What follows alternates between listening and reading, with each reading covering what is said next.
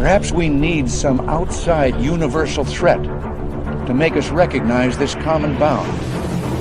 I occasionally think how quickly our differences worldwide would vanish if we were facing an alien threat from outside this world.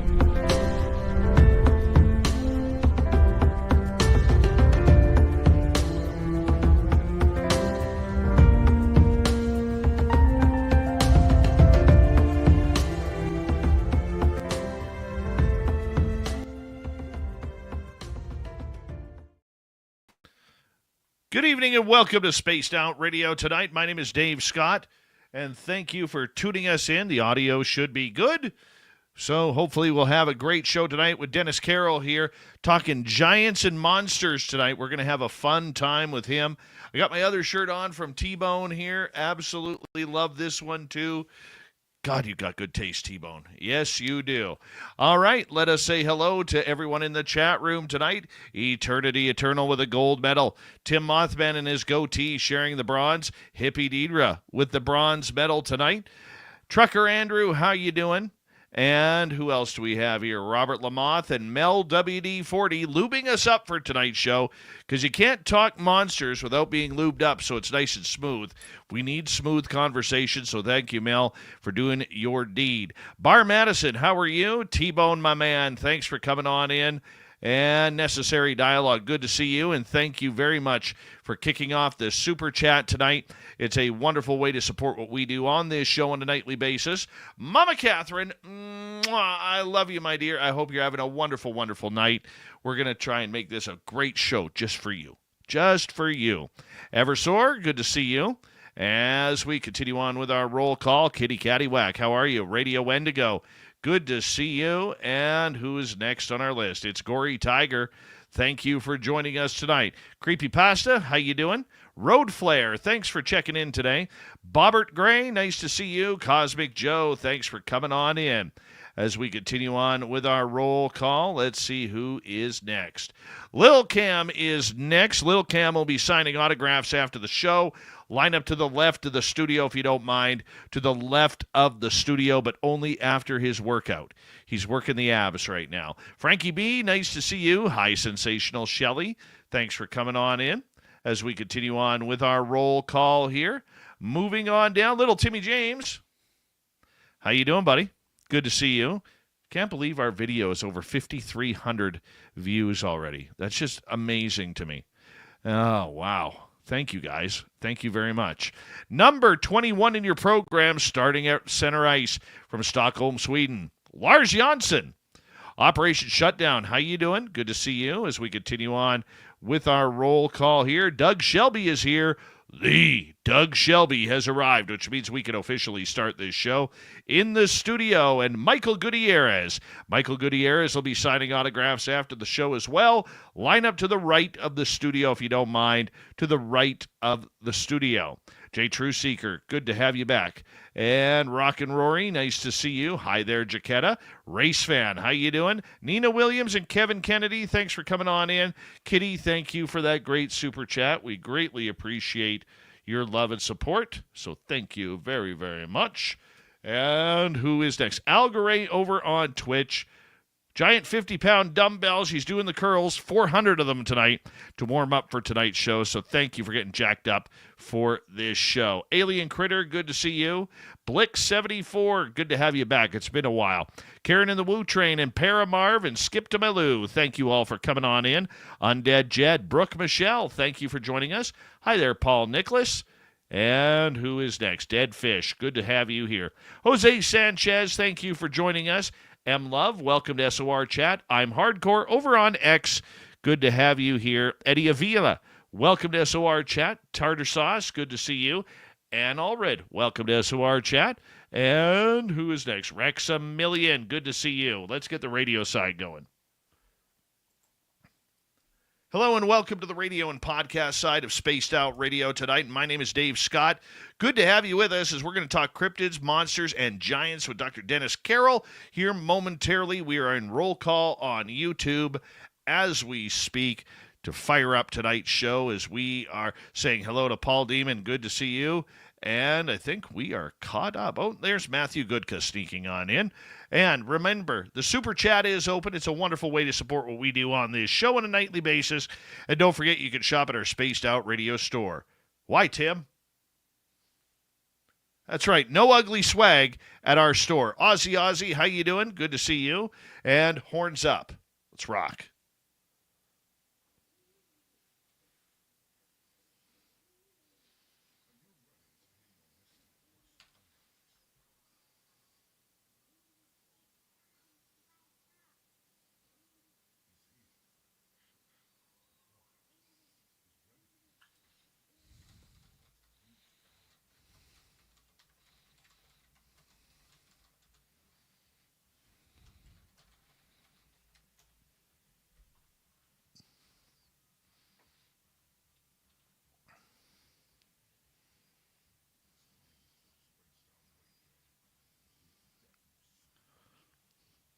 From the mountains of central British Columbia to you listening around the world, this, my friends, is Spaced Out Radio. I am your host, Dave Scott, sitting in the captain's chair of SOR headquarters. We welcome you to tonight's show on our terrestrial affiliates around North America, digitally on every major podcast network. Our website, spacedoutradio.com, we have a plethora of features for you. Rock out to Bumblefoot, read the news wire, check out our swag as well. You can follow us on X at Spaced Out Radio, Instagram at Spaced Out Radio Show, and on Patreon in the Space Travelers Club. Tonight's show is brought to you by Chive Charities. Help make the world 10% happier by visiting Chive Charities today. You can find them on our website.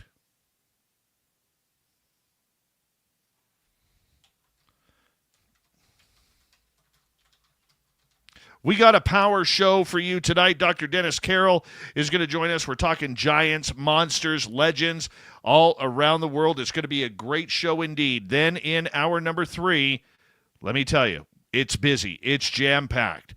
We have Swamp Dweller to kick things off. Little Timmy James will be in for the UFO report. Also, it's Dave 101 night and the weird news of the week. So let's get right to it tonight. Dr. Dennis Carroll has had a career of over 50 years in all fields of the paranormal and has many personal supernatural experiences. He's a cryptid monster hunter, ufology investigative researcher. He is a recognized authority on demonology and the occult. He is a doctor of metaphysics and retired law enforcement.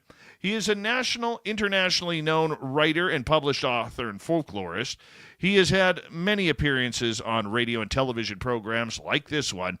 He has also been featured in ABC News and USA Today. His website is available at denniswcarroll.com, and denniswcarroll@gmail.com is his email. His books can be found on Amazon and Barnes & Noble. Let's have me shut up for a little bit. Let's go right to Dr. Dennis. How you doing, my friend? Welcome back to Spaced Out Radio. Thank you, Dave. It's good to be back again, definitely. And hope we have a really good show now. We got some very, I think, interesting topics to work with. Absolutely. I got to ask you, 50 years in this field, half a century, more than half a century to be exact. When you look back at it, I mean, this is all you really know. This is what you do. Well, kind of, to me, it kind of developed slowly over time. I had a very interesting experience paranormal-wise when I was about 14 years old. And I'd always been interested in supernatural and paranormal stuff.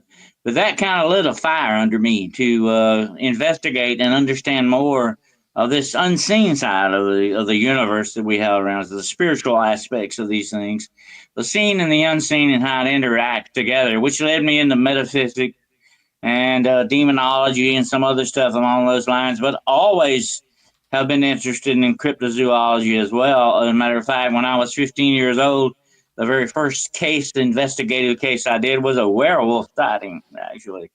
So it's been a long haul since then, but it's been fascinating. It's never got boring, definitely. Out of those 50 plus years you have been doing this, what is the scaredest you have ever been? I think there have been several instances when I kind of, come to myself for a moment, Dave, and say, what am I doing here? There have been instances like that. But I think some of the most interesting ones were some of the interactions I'd actually had with demonic spirits, things that they did. There was one interaction I do remember well that kind of really threw me off balance. And that was actually encountering a demonic spirit, and then like several weeks later running into the same spirit in several different areas, several hundred miles different area than the original thing. And it recognized me, called me by name. Nobody there knew my name. And here's the interesting thing. It called me by my middle name. And that kind of took me back a little bit, because I said, but that is something that these things have what we call a preternatural knowledge. They are incredibly sensitive, and they're listening all the time, watching and picking up information. And they use this against us, though. And that's what kind of threw me off. It was actually using my own self as a weapon against myself. And that was the strange part. So that kind of was a disturbing factor in that, definitely. As you have gone through your career, you have run into phantoms, monsters, you have dealt with UFOs and aliens. You've kind of been there, done that with everything. What have you learned about yourself going through all of this investigation and all of these tales and trials that shouldn't even be true? Yeah, I have learned, I think, very important lessons along the way. And one of them is the fact that you can't take everything at face value. Things are deeper and more intricate than you really think sometimes. And especially when it comes to subjects like this, and like I said earlier, the seen and the unseen aspects of all this. But I've learned a lot of lessons and learned more about myself in many ways than even some of the subjects I've went after. And another one of the things that struck me is this: when I first had my experience with Bigfoot, I actually saw him close up. I was close enough to touch him. Okay. Oh my. Something actually came to my mind, and here's what has haunted me ever since then, Dave. If this is real, I mean, what I'm looking at and seeing now is real, what else is out there?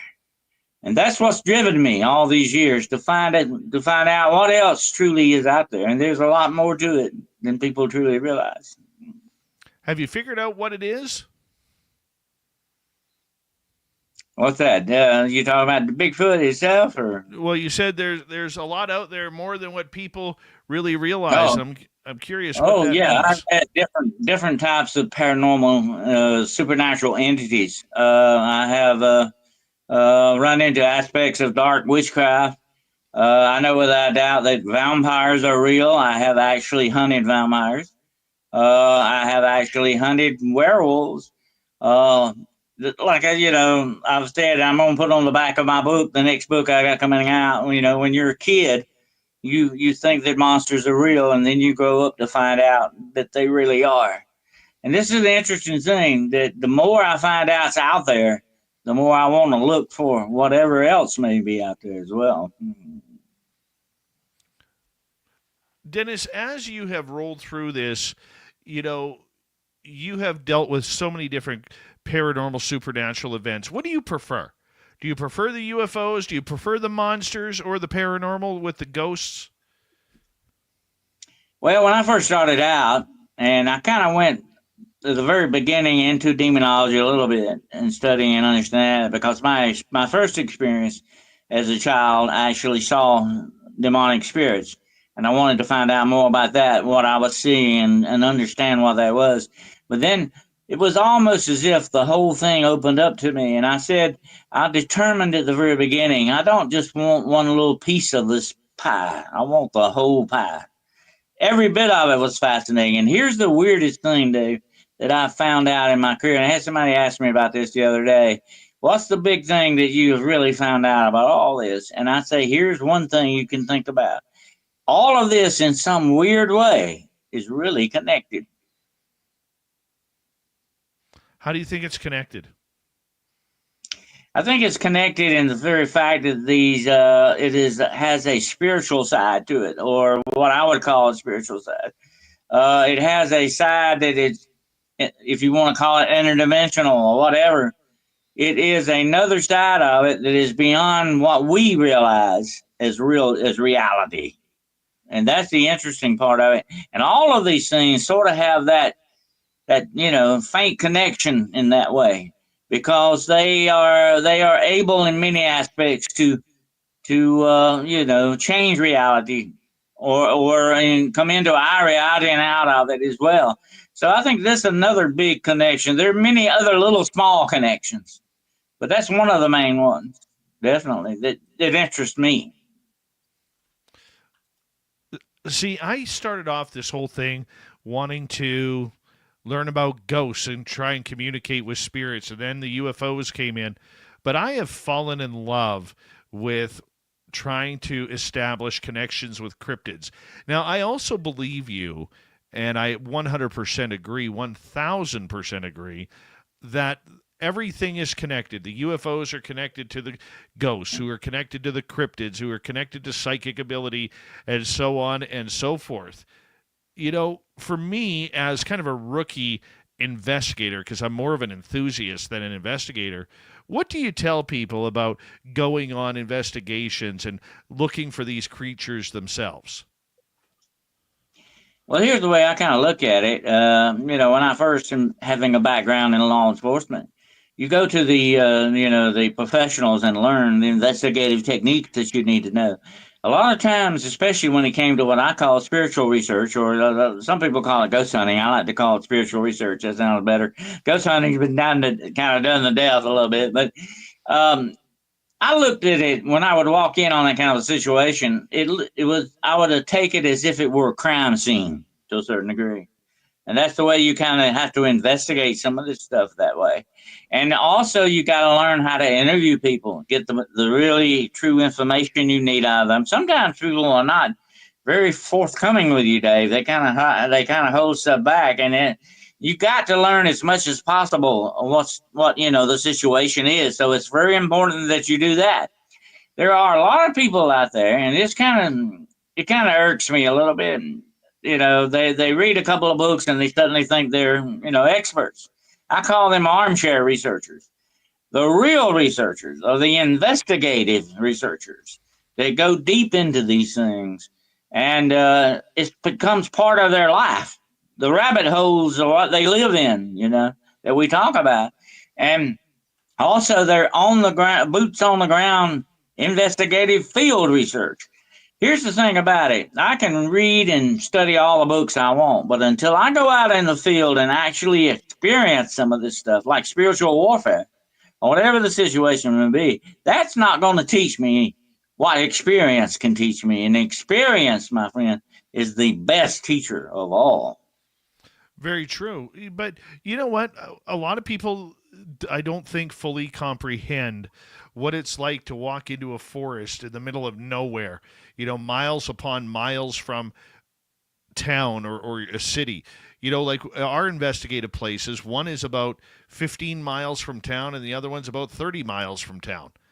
And when we sit there and look at all of these different sites and shapes, I mean, you got to go places where, the people are not there. And I think a lot of these armchair quarterbacks, as you call them, I call them that too, I don't think that they understand or comprehend where you Well, are, they don't how want to you're talk the doing talk. it. They may want to talk the talk, but they don't want to walk the walk. That's the way it goes. But when you go out in the forest, especially in these wilderness areas, and I was telling someone this the other day, you don't even know what darkness truly is. So you get out away from lights and any kind of source like that. You can't even see your hand in front of your face. You do not realize what we've lost that, I think, a lot of what the wilderness can be like and what the forest and all that. And there are other things out there than just Bigfoot, maybe Dogman or whatever is going on. You've got bears. I've run into bears.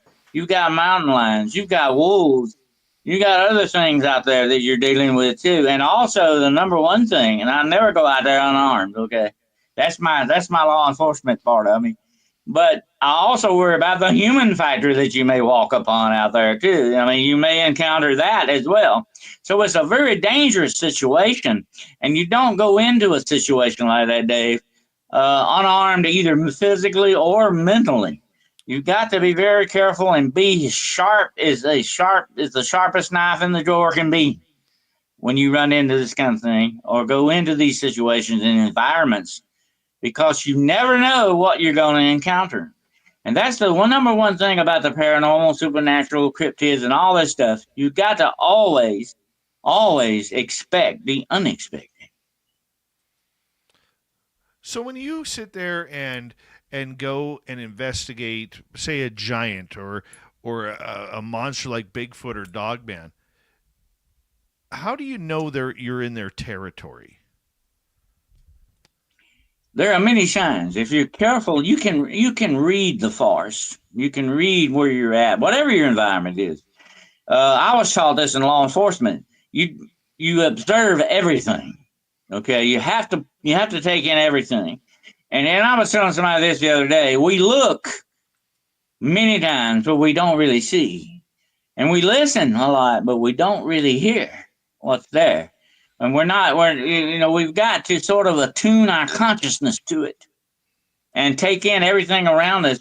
And if you do that, then these things, like that crime scene thing I was telling you about, when you walk into a crime scene, you got to say, okay, tell me the story here. I want to know what the story is, what happened here. And that's the way it is with all this kind of stuff. And I have actually had people, Dave, and I've had a lot of people come to me over the years, done a lot of spiritual research, trying to help people mainly, because they come to you with problems. They want help, they need help. But I would tell these people, they would start trying to tell me, oh, so this happened. I said, don't tell me. I would say, don't tell me. I don't want to know. I want to find out myself what's going on. I don't want to predispose my mind. I want to, as much as possible, find out on my own what's happening here. And you got to be careful how you do that too. Because here's what you got to do. You got to weigh the balance between what is really happening, what the true reality is, or what you want to believe it is. You got to be careful, because that can sway you the wrong way, and you end up fooling yourself. And that's never a good thing. What's the funniest encounter you've ever had with a cryptid? That's a good question. I think it was the Bigfoot thing. Well, actually, here's the weird thing about it. When we were very close. I mean, seriously, I could have reached out and grabbed this guy's chin. Okay, I was that close to him, and he stopped for the moment. And we were right at this big white oak tree, and he stopped at a moment. He passed through there, and I walked over to where he was. I could see him coming. Because I had a lot of people ask me over the years, why do you want to run, Dennis? Yeah, I wanted to run to him. I didn't want to run from him. I wanted to see more. I wanted to see this, because I had spotted him, Dave, many times in the past from a distance. This was a close-up encounter. This is what I really wanted. And when I walked up to him, he was coming through these little short trees, little, saplings like, and they were swaying, and he was moving through them. And he was just like, looked up at me. And there was a surprised look on his face. It was like, his one eyebrow was raised, like, oh, you see me, kind of thing. And I'm sure I had the same look on my face as well. So after that happened, I thought, I guess we both probably, came away with a very different, funny expression on our faces about that. But it was very strange and funny how that came out. I never would have expected that kind of expression on Bigfoot's face. Definitely not. What's the best piece of evidence you've ever got? I've seen several things, just depending on what, I've actually seen, I think, a lot of footprints, definitely, and a lot of that have been cast over the years. You have that. I think maybe I found one time that some possible spore from that as well. Got some hair off a fence one time. That was evidence. Different cases come up with different things. A lot of times, like I have had actual sightings with what we would call ghost sightings and stuff like that. I've actually seen full-bodied apparitions from a distance, and they look real. I mean, they were so real looking, Dave. I didn't really realize I was looking at an apparition. That's how real it looked at the time, at the moment. I'll tell you the quick story on that. I was in a lady's house, and I was setting a camera up down her hall. She had a long hall, and there were like rooms on each side of the hall. And I was at one end. I was setting up a laser blanket, to capture shadow beings and stuff, because she had reported some of that. And I was setting this thing up, and at the very end of the hall, I look up and I see this elderly lady come out of one room, go across the hall and into another room. And I even saw her flowery looking house coat like she had on. And she never even paid any attention to me. She was just like determined to get from one room to the other or whatever. So I went to the woman who owned the house and I said, I thought you said you were alone here. She said, I am. I said, well, I just saw a woman in a flowery house coat walk down your hall. And she had the funniest look. She said, that's my mother. She died in that room 3 years ago. And she wore, that was her house coat she wore. So that's evidence, definitely, to me. You can't, you have to believe your own eyes sometimes. So we got about 2 minutes to go here before we go to break. At the bottom of the hour, Dr. Dennis Carroll is our guest tonight. How much fun do you have doing this overall? I mean, 50 plus years, you must still be enjoying it.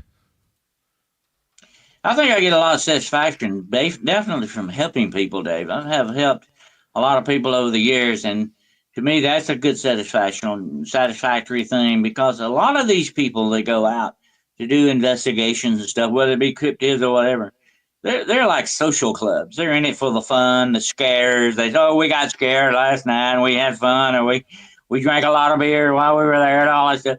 That's not helping anybody, okay? But when people are upset and they're disturbed by these things, they're asking for help. You need to be able to offer that.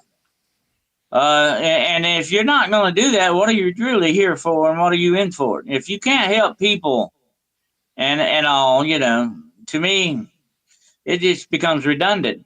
And a lot of these people are all about their own selfish wants and what they get out of it. I don't look at it that way.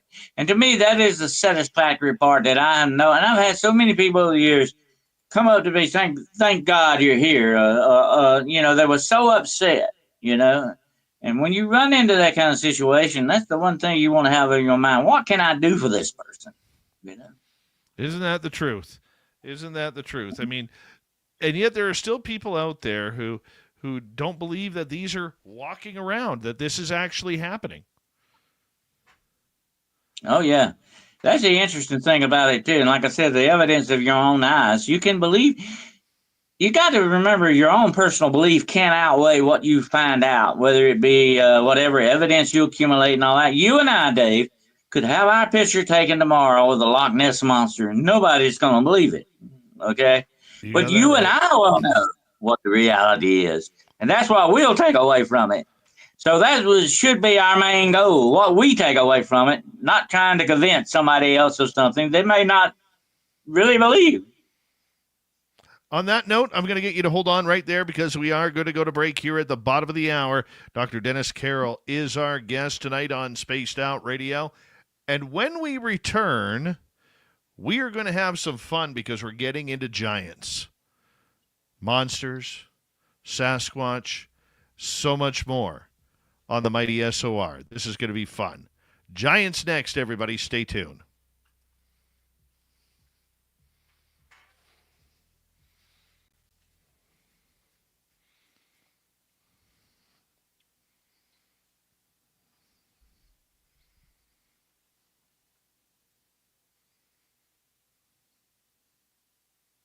All right, we are clear. Quick shout out to CS. Good to have you here. Melissa, thank you for coming in. Super Melissa, I should call you.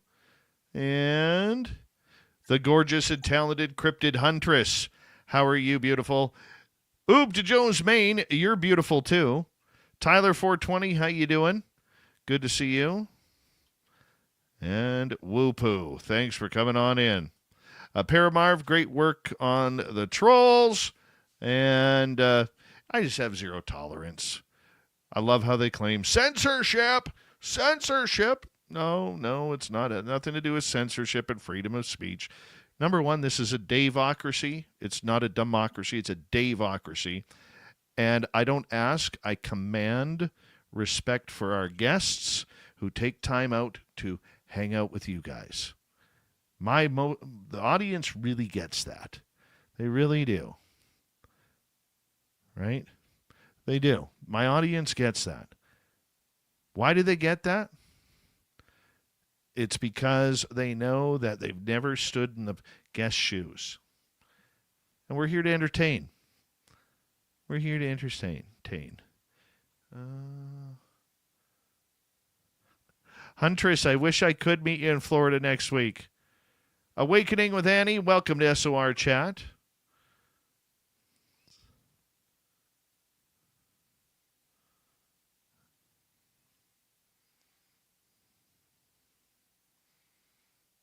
I love it. Yes, Dave Tiger Williams, because he'll drop the gloves for you.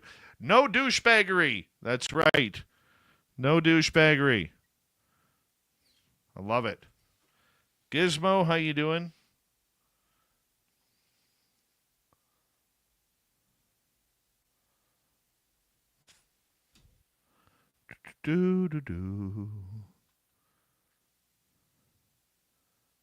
Skip to Malou, good morning to you.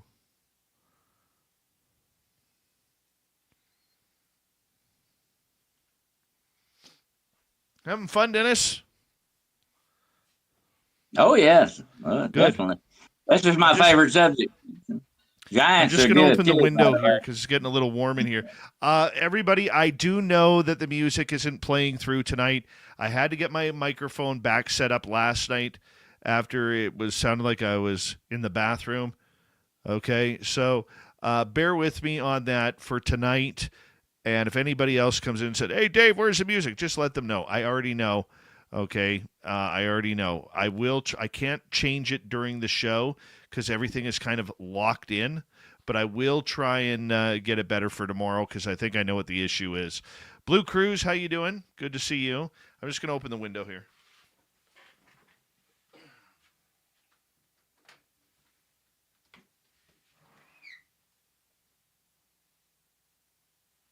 Get a nice breeze going through here.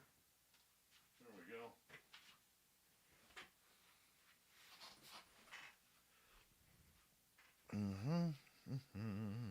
Noble Patrick, how you doing? The noble one.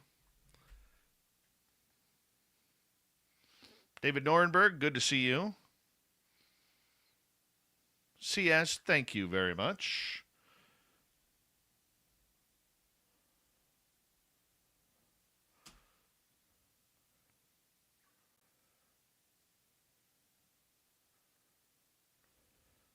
Marie K., thank you for joining us.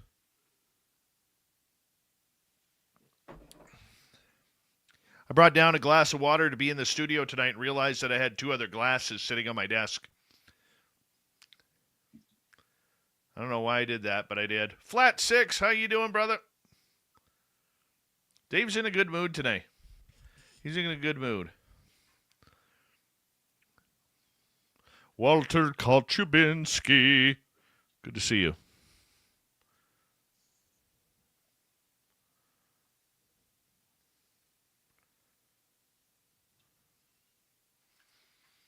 All right, we got about 45 seconds here, Dennis. All right.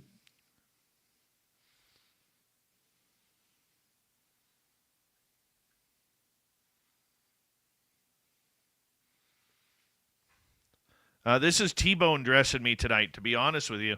I'll move the microphone. This is T-Bone. He got me this. It's fantastic. I love this. So for my hotness in clothing tonight, blame T-Bone. Got good style and taste. Monica, how are you? Thank you to our super chatters. Necessary Dialogue, Kitty Cattywack, T-Bone, Gizmo, and CS. And here we go.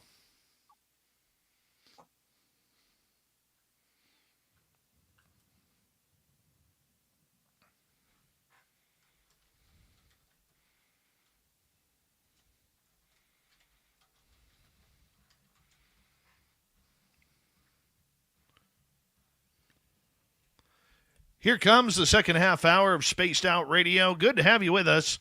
My name is Dave Scott. Thank you for tuning us in wherever you are on this beautiful planet we call Earth. Hey, we want to remind all of you that if you missed portions of this show or others, check out our free archives on YouTube or any major podcast network. Our website, spacedoutradio.com. We have a plethora of features for you. Rock out to Bumblefoot, read the news wire, check out our swag as well. Follow us on X at Spaced Out Radio, Instagram at Spaced Out Radio Show, and on Patreon in the Space Travelers Club. Here we go, our good friend, Dr. Dennis Carroll. He's a monster hunter. His website, Dennis with 2 N's, W. Carroll with 2 R's, 2 L's. Yeah, DennisWCarroll.com. So check it on out. He's got YouTube videos. He's got research. His books are on there.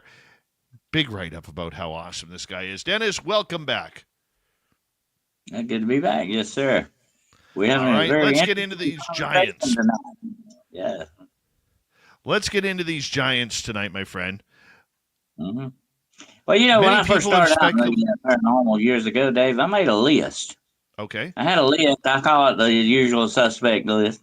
And on the list, it had like witches, ghosts, demons, shapeshifters, vampires, dragons, and giants. And these were all things that were found in almost every culture worldwide. So I had to ask myself a question. Why is that? Could it be that people have encountered these things years ago, and they are embedded in our racial memory and in our culture? Giants have been going around for centuries. Okay, They have been studied. They have been of legends, of folklore, of absolutely everything that would make nightmares. I mean, people are still claiming we are seeing giants today, and I don't get it. Do I believe in them? I want to believe, but I don't know if I've seen anything credible on it. But this is something you have looked into. So what have you found out about this? Well, I've done a lot of very deep research into this. This is a very interesting rabbit hole with a network of rabbit holes attached to it, actually.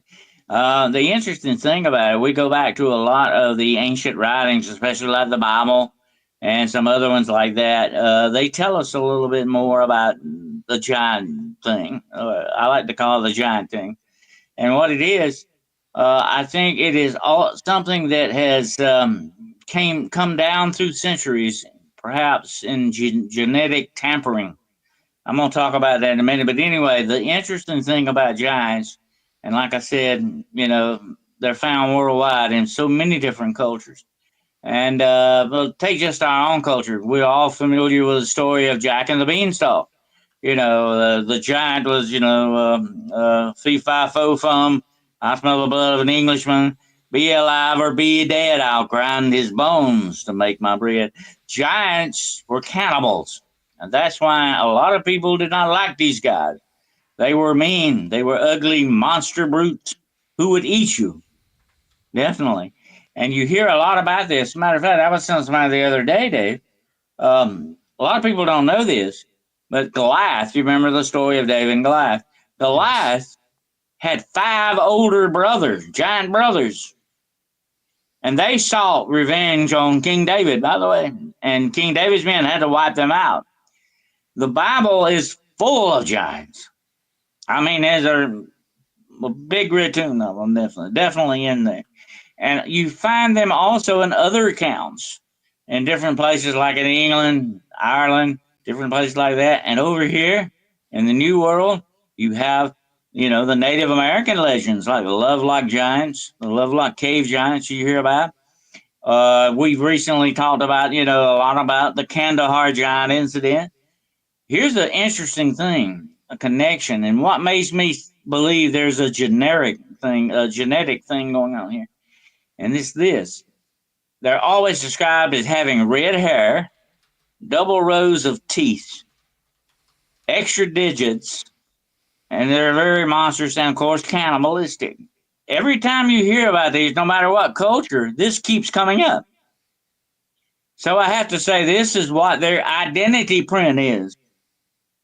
These are what giants are. They're monsters, per se. They're not just gigantic people in that respect. And by the way, giants, if they lived anywhere, would live in giant trees, okay? Or giant tree houses, definitely something like that, or caves. And that's another connection with that. So you find this worldwide, Dave, and you have to ask yourself a very important question. Why is that? Why does this keep coming up? There has to be something in fact, a factual act about this thing that proves this to a certain extent of what their actual makeup is. The Kandahar Giant is one of the ones that I find very interesting, because this goes back to the war in Afghanistan early on, where allegedly Army Rangers went to check out one of the caves and saw one of these giants. I'll let you explain that story, but this is one where I have heard other reports coming out of that area too, with these Anubis-like dog, human-like creatures that stand about 7-8 feet tall as well. Have you heard about those? Oh yeah, that's kind of tied in with a lot of the Egyptian mythology and stuff like that. That's over there as well. There are even, and I won't get into that tonight. There are even reports of some type of weird sand crab-like monsters that exist in the deserts of Iraq and Afghanistan. There's a lot of territory there, Dave, that is very ancient. I mean, very, very ancient. That's where Mesopotamia and Babylon were. There's a lot of connection. By the way, there were supposedly a lot of demons connected to Babylon and Mesopotamia. I won't get into that. But anyway, the interesting thing about all this is that these things are reported by a lot of people in those regions, but they won't talk about it. They're very much like the Native Americans are with Wendigos and skinwalkers. They just don't want to talk about it because they are afraid to get these things' attention. And you have a lot of that. And, of course, you have the legends of the jinn who exist in the caves. They are supposed to be the children of Lilith, who is supposed to be the mother of demons. And they live in desolate desert places and in cave systems. There's that connection again with caves. What's going on with that? If I were going to hide from humanity, that's where I would go. The cave system is the perfect hiding place. There is rumor that this ranger outfit actually killed one of these things and ended up taking it on a helicopter and bringing it back for study or whatever it may be. So have you ever heard into that? Because I've actually talked to a good friend of mine who was a ranger for 8 years and served over there, and he had never heard of this story at all. I think a lot of this, like I said, there's a lot of these things when they get passed around, talked about.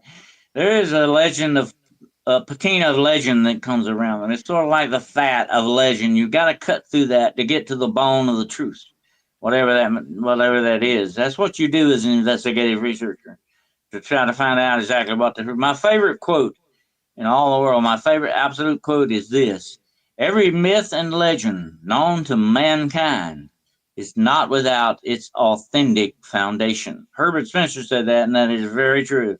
Every myth and legend, every story begins with a kernel of truth somewhere in it, and that's what you got to look for.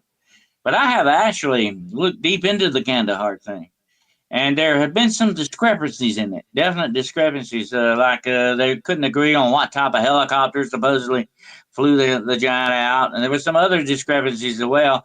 And this kind of leads me to believe that some of this is hearsay in a lot of ways. Okay. But you also have reports of people who were, they were the, Afghanistan and Iraqi people who were supporting our people over there have actually come out and said, yes, I saw that. I saw it on the pallet, and I said it smells so bad we couldn't get close to it. He said, and so you have reports of that, and you need to look into that as well. Why would they be backing up, that unless there might be some truth to it? You got to wonder about it. But you got to look at something like that, like the story of the Kandahar giant, and say, what can I find out to be the actual truth in this as much as possible, to see exactly what the real story was. So that's the way you got to look at it. But it sounds a lot like it's hearsay, but where did it begin? It began with something. And I have found out that a lot of people say that even one of the soldiers supposedly was killed, never was killed. Okay, that's part of it. But the thing came out and attacked him, supposedly. And it was not 10 or 15 feet tall, okay? It's not supposedly, it was supposedly like around 8, 9 feet tall, something like that. But it was very violent towards them and attacked them. It had long red hair, and yes, it supposedly had extra digits and all that. That's not that far-fetched when you're looking at what's supposed to be a giant. But like I said, there is evidence in such an ancient place as that this may be where a lot of these legends began for a reason, and that's what you got to look at. Describe what these giants look like. Well, definitely, if you're going to, I would say the prototype for the giant. It's going to probably be the giant that we're thinking about. And like I say, when you get into these mountain troll type things that people talk about, 10, 15, 20 feet tall, I want to say something about that. Science tells us that due to the gravity of this planet, if you're 20 foot tall, you're going to have a hard time walking.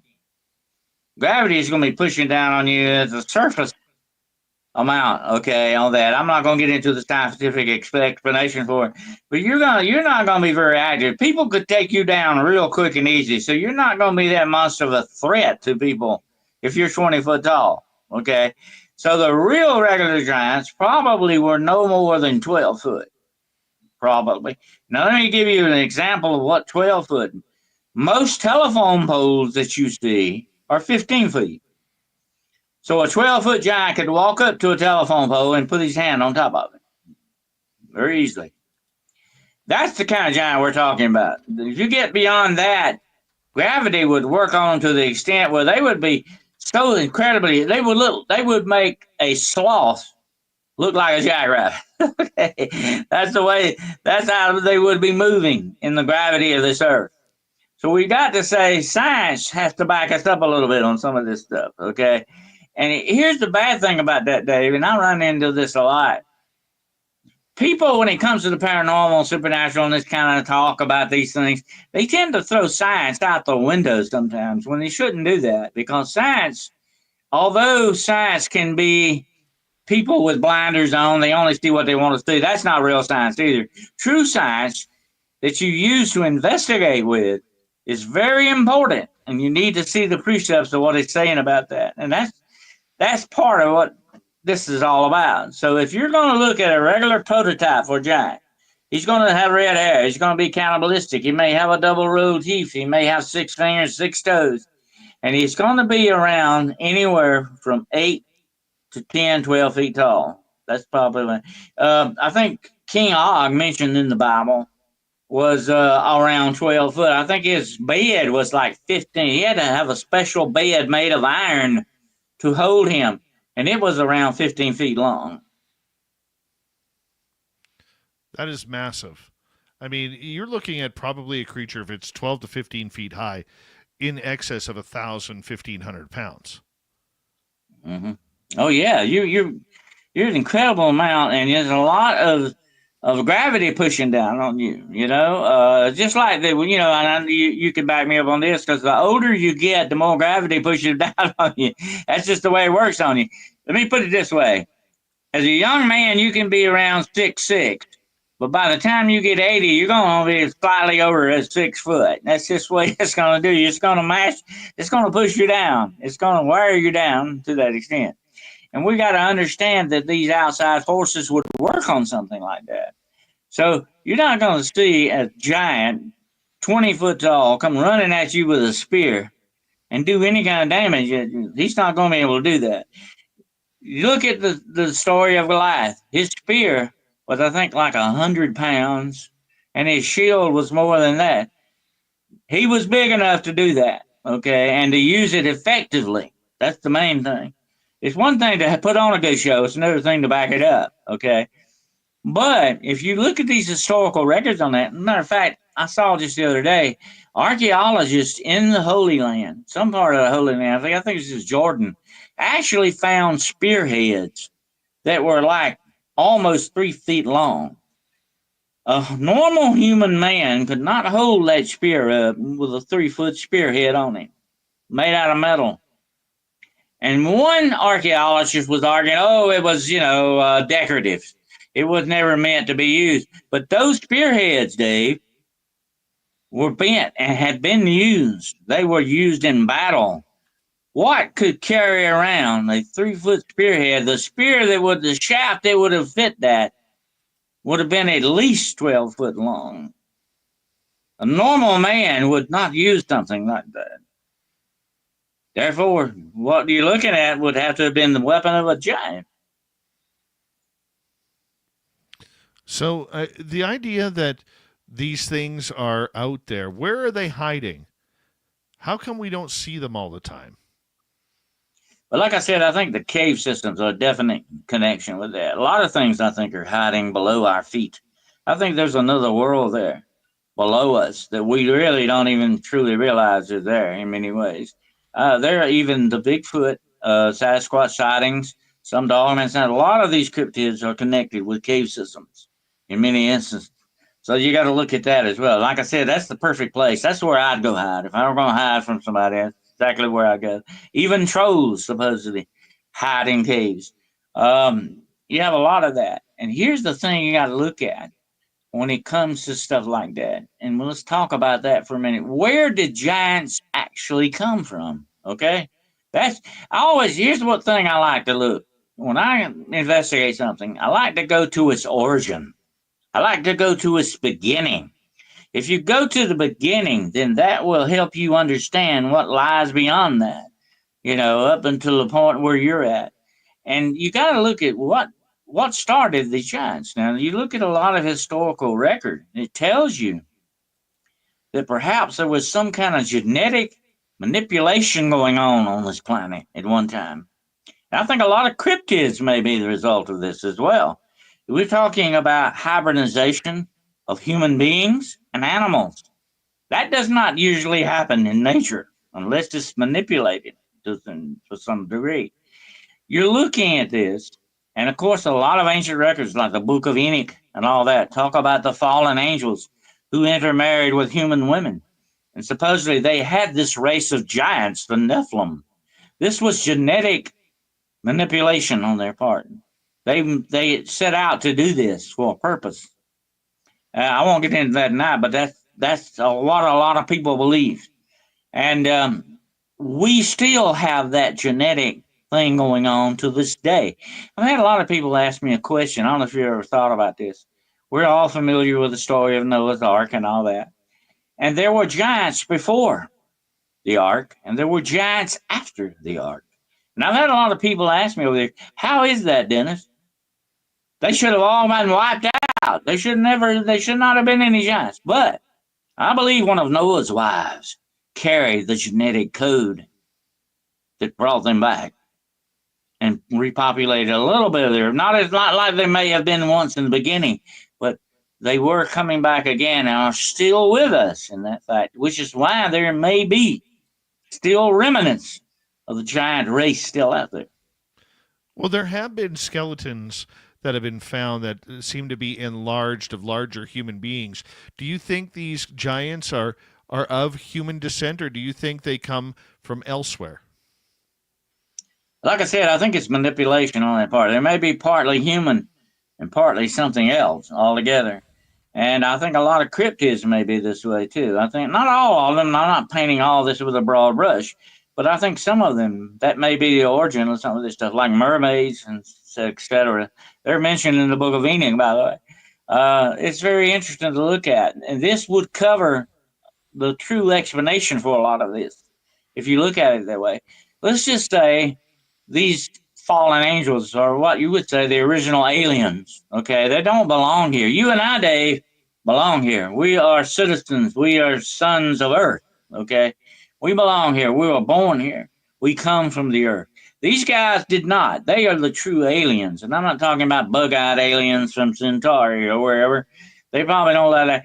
But these fallen angels supposedly would have been the original aliens that manipulated mankind when it existed. If they had relations with human women for the very purpose of screwing up the genetic code of these people, that to me explains a lot of things that may have went on. And there's a theory to that yeah, the forces of darkness, you might say, decided to say, hey, we can't displace God from his throne, but we'll do the next best thing. We'll take over his creation. We'll screw it up and have our own race of people. And therefore you had the race of the Nephilim, the giants. And I'm going to tell you something about them, and it's a hard thing to think of. They were not normal in any way. They were a race of true monsters. They eat people, okay? And that's just one thing about them, okay? But they did not look like us. They were bigger than us. They were very, shall I say, intimidating. If you run up on a giant, he's going to definitely be intimidating, okay? He's going to scare you. He'll probably seem bigger than he really is to you if you're really scared, okay? That's just the way the human mind works. But you were coming up against a formidable person. Look at David and Goliath, how much bigger Goliath was, but yet he failed him. He failed him in a simple way with a rock and a sling. It was a smart way to do it because he wasn't expecting that. He was expecting battle, armor, swords and spears and all that. And a rock took him down, which is a smart thing to do. But you got to look at it this way. That is where he was coming from. These guys, when they were born, were not born like you and me, Dave. They broke out of their mothers. They busted out. They killed their mothers being born because they were so big and so monstrous. This is not a race of Jolly Green Giants, okay? They're not laughing ho, ho, ho. They were a bad race of monsters, per se.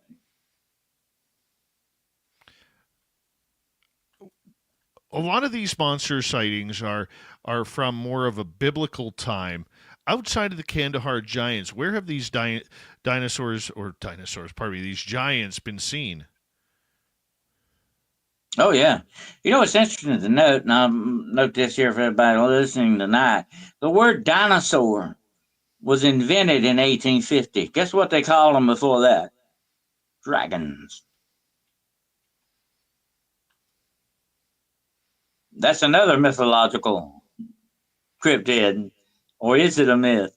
You got to wonder about some of this stuff and where it comes from. And like I said, that's another thing on the list that I made. Dragons, they're in every culture. The Chinese dragon, by the way, does not have wings. That's the European dragon. He's got wings, okay? The Chinese dragon, which they venerate, is more like a serpent in some ways. And the original dragons, when they talked about them, okay, if you go back and look in folklore and stuff like that, they were called worms. Now, that term is not like a worm you fish with, okay? It meant a snake, but it was a different kind of a snake.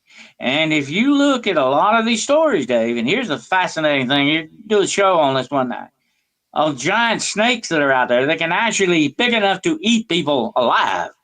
Mm-hmm. That has been proven. They are out there. And there have been some seen along the Amazon River and places like that, supposedly over time. And giant snake thing is another thing on the list. But it could be there's been a lot of misidentification with dragons and snakes in that the way that goes. Same thing with giants. Of course, the giants were considered to be monsters. They just weren't human. They eat people. They were bad guys. They stole stuff from you. They bossed you around. They tried to run everything. They were the ultimate evil in the world that man had to face at one time. Dennis, And hold that thought. We're going to practice go evil to to break survive. here at the top of the hour.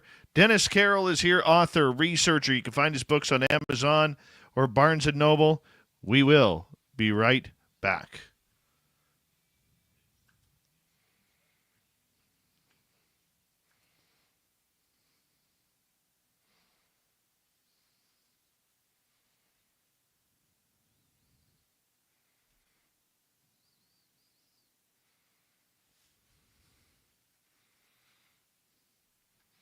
All right, we are clear. Dennis, I'm going to take a quick break here. I'm going to put you in the green room, and I'll be right back, okay? Done. All right, I'm having so much fun with Dennis tonight. Be right back, everybody.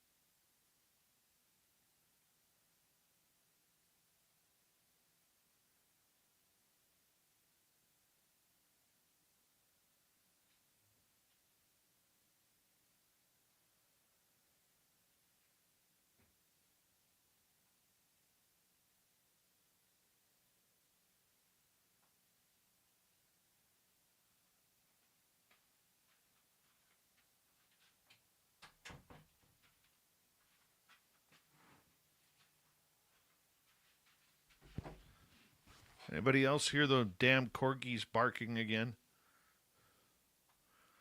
These dogs drive me nuts.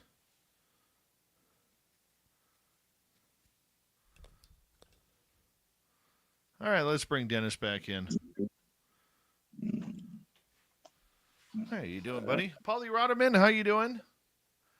Good to see you.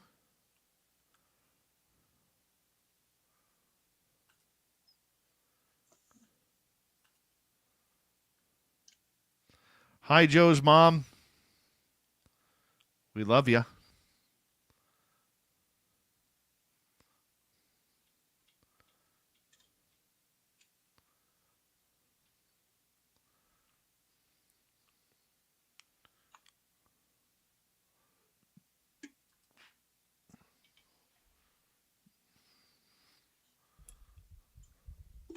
All right, big thank you to Necessary Dialogue, Kitty Cattywack, T-Bone, Gizmo, and CS for the great super chats. It's a wonderful way to support what we do nightly on this show, so thank you very, very much. And, of course, you can shop at our Spaced Out Radio store. Why? We do not have ugly swag, people. No ugly swag, so make sure you check it on out because we're going to add some new stuff soon. We are.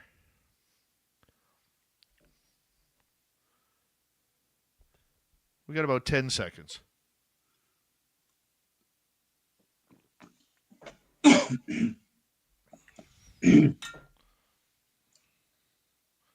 that glass is cracked. Well, I guess that one's going in the garbage.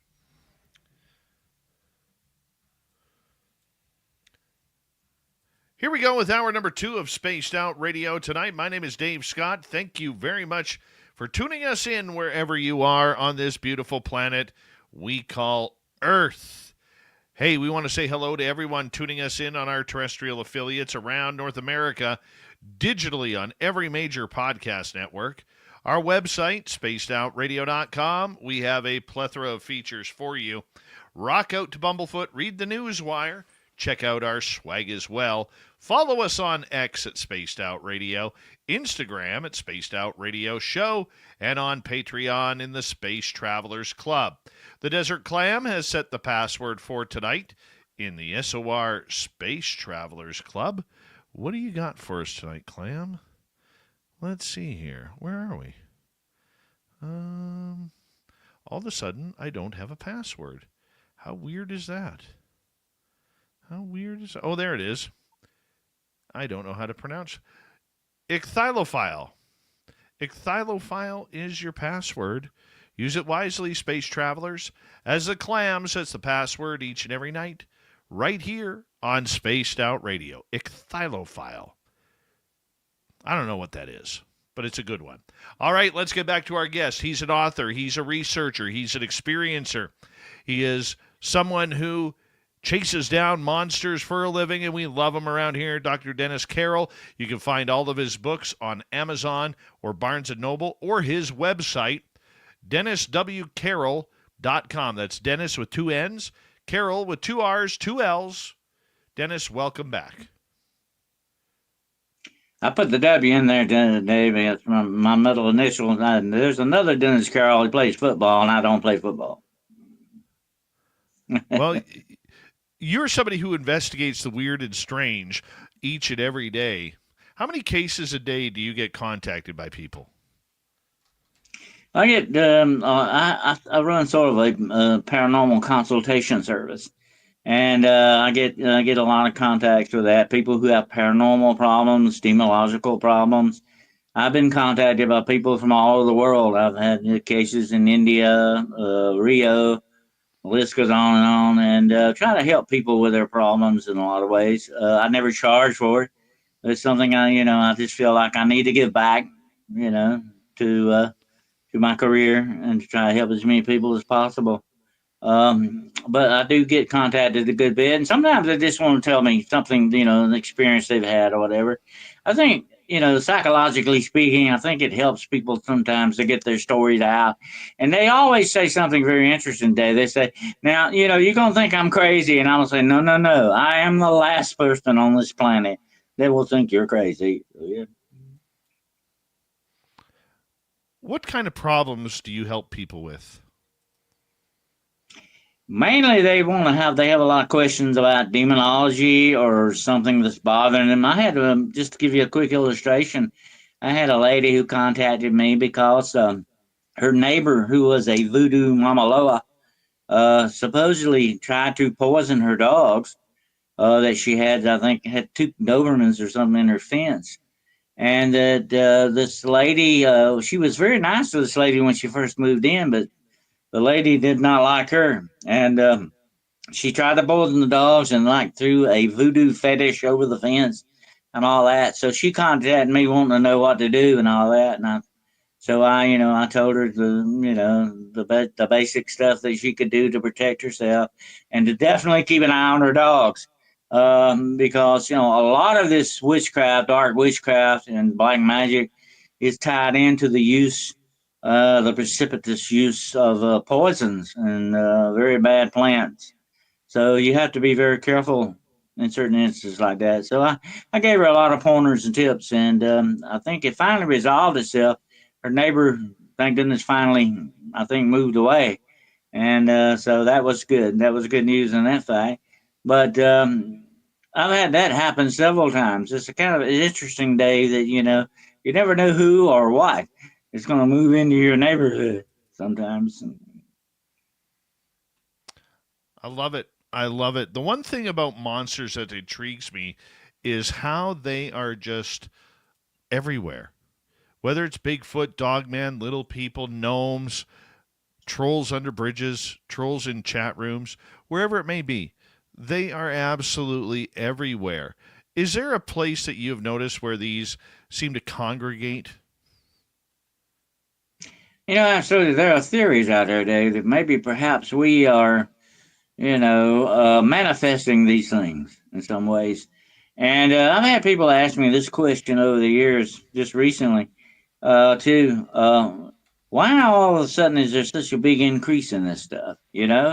Have they been messing around with the doors in the CERN project? Have they done some stuff they shouldn't have done? I actually was contacted by the CIA one time, and all they wanted to do was ask me questions about demons, which disturbed me a little bit. And what are they doing with demons? The interesting thing is, it could be that we are manifesting these in a way, or shall I say, giving them attention and empowering them in some ways. And maybe we are by coming out talking more about this.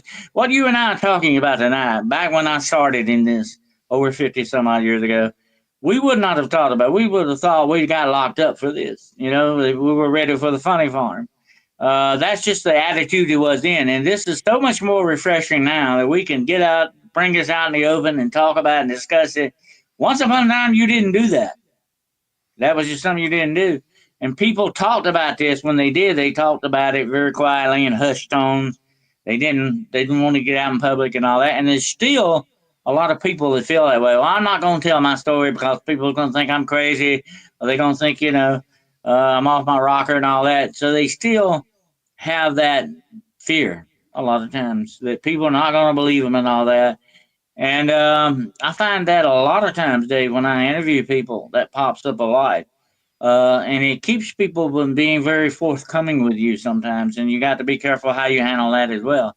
But the interesting thing about all this, and I've said this before, it's almost as if the veil is thinning in a way. And we're getting closer. I'm going to tell you this, and I've done a lot of studies on near-death experiences and stuff like that. It seems that when you get closer to the veil, if you want to call it that, whatever name you want to call it, when you get closer to the other side, you begin to see and experience things you didn't before in a different way. I think your consciousness is opening up to it in some ways. So are we kind of empowering these things with opening our consciousness to them in some ways? You have to wonder about that. I'm not saying we're like, like the tulpa, you hear about that you make it with your mind, you create it with your thoughts. That might be a little part of it. But another thing is that if we are consciously recognizing this and empowering it, does that not give it more power and more entrance into our existence? You got to wonder about that. You know, there's a lot of different theories on it.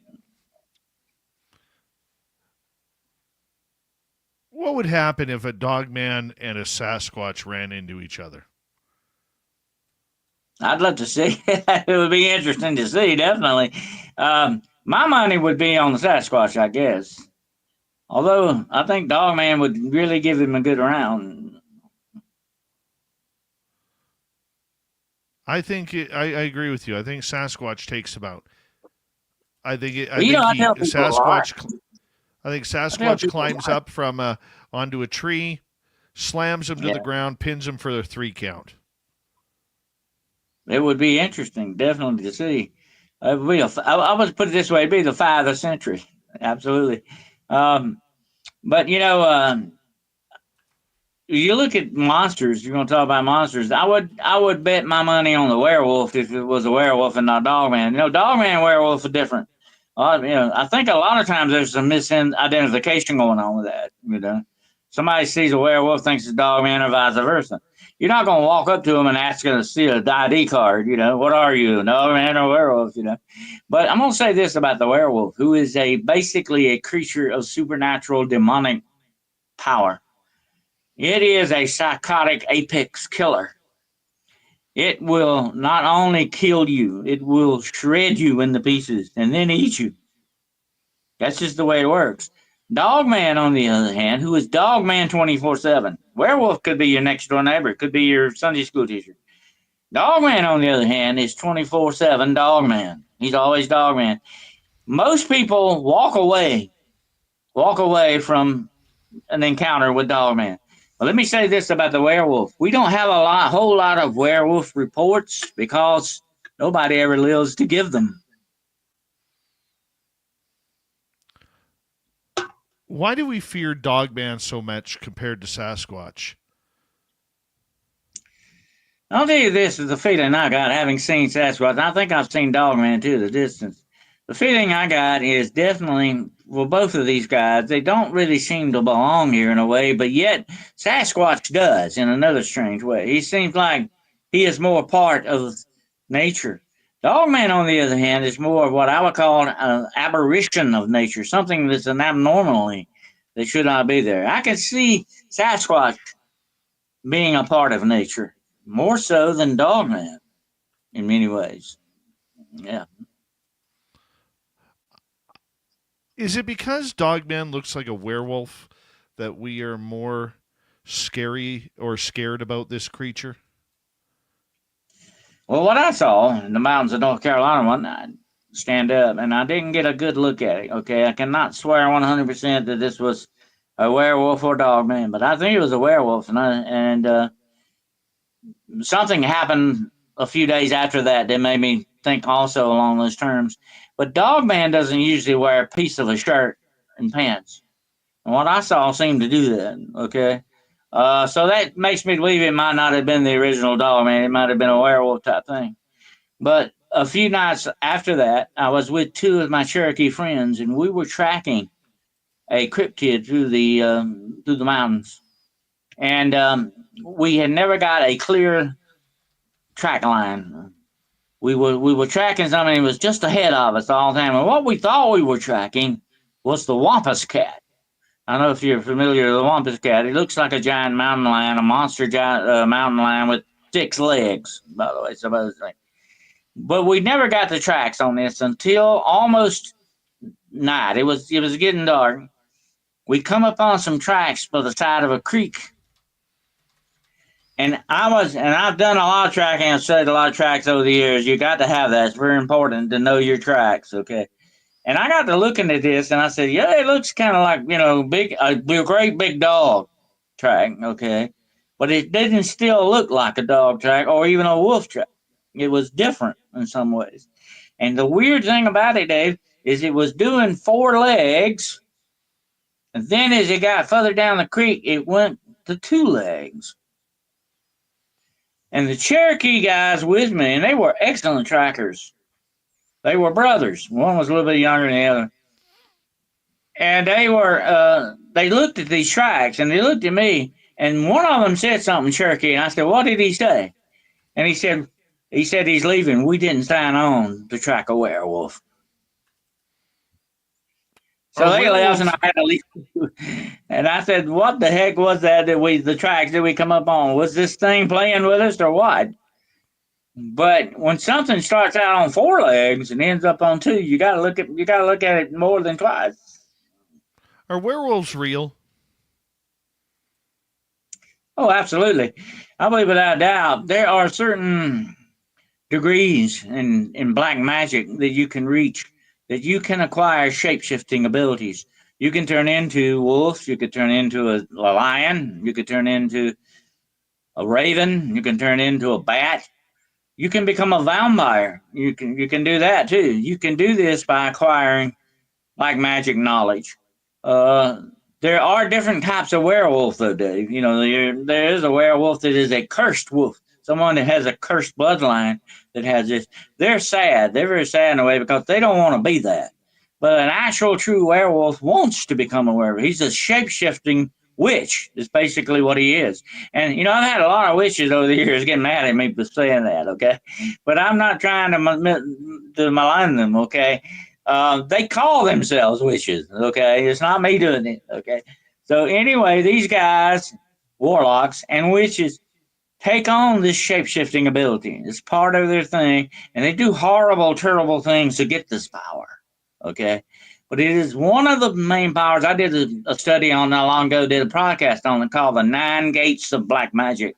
There are 9 basic powers that they seek to obtain, and one of them is invisibility, another is flying, another is shape-shifting. They take these powers to use them. And there are some covens who fight each other. They will send werewolves after one coven, maybe a vampires or whatever, if they have a disagreement. They will send werewolves out as assassins. Can you imagine that? Let me say this about the werewolf, Dave. If somebody sends a werewolf after you, he gets your scent, and I mean that literally, he's never going to stop until he kills you. And that's just the way he's going to stay on you until he gets the job done. That's just the way they work. How would they want to track your scent? How would they all of a sudden have this issue with you? I think if you got to be very careful when you look into these things and you do research, especially when it comes to black magic and covens and all this other stuff, because they guard their secrets well. Okay, their secrets are part of their power, and if you threaten that in any way, they will retaliate, and you might not want to be on the end of that retaliation. Oh man, that's just kind of scary when you think about it. It really is. I got to ask you, because this happened to me almost a couple weeks ago. My buddy Tim, our UFO reporter, when we were out in the forest, we started hearing voices way out there trying to lure us into the trees. Have you ever had that experience? Well, yeah, I think I've actually heard Bigfoot talking. Actually, I think that they have a language. I think they can mimic bird calls. I think they could even mimic us. I've heard several stories where people actually have had their names supposedly called by Sasquatch. I think that's ability that they have. They're very intelligent. To be able to survive, they are extremely intelligent.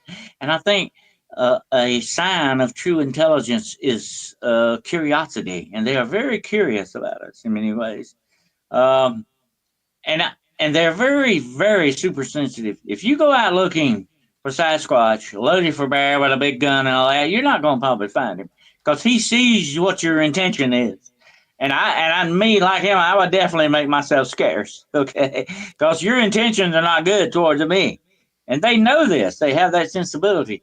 They're very, very sensitive and attuned to their environment around them. And I'm going to say to the point of almost being psychic in many ways. I found out but I think they have their own language. I think I've heard it, actually. And it sounds kind of like a jabbering a little bit. It sounds like a very foreign language, whatever it may be. And here's the interesting thing about it, David, it has like whistles and bird calls in it too.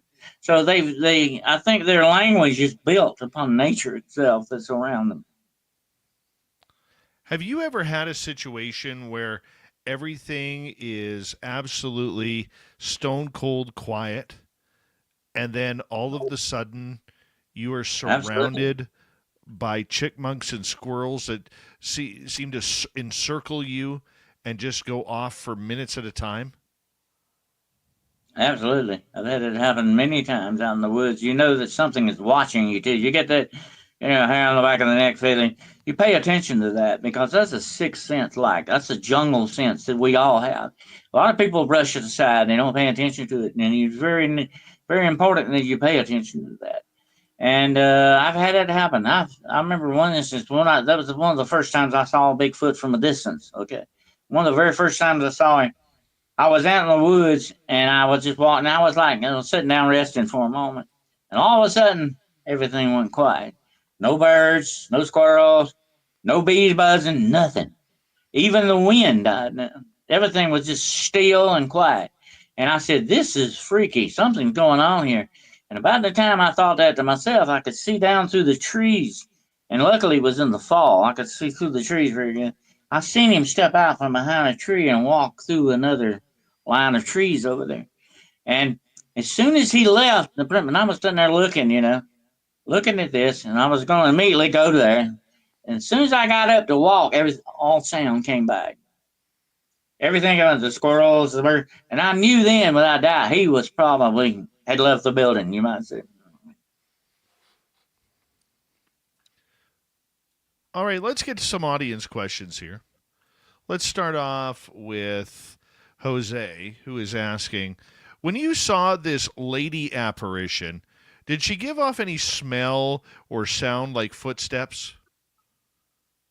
Well, it happened so quickly, I didn't get to really see a lot. Just like I said, I just saw her walk across there, and she was like, like an elderly person. She was kind of moving slow. She wasn't walking very fast. She just kind of slowly walked across there. But I was about probably 10 feet away from her, down the other end of the hall. So I wasn't close enough to experience anything else off of that. I did notice one thing because, when I asked the woman there, I thought you were here by yourself. I walked on back down that hall, and that end of the hall was extremely cooler than the other end. Well, that's interesting. Mm-hmm. That is totally interesting. All right, let's get to another one here.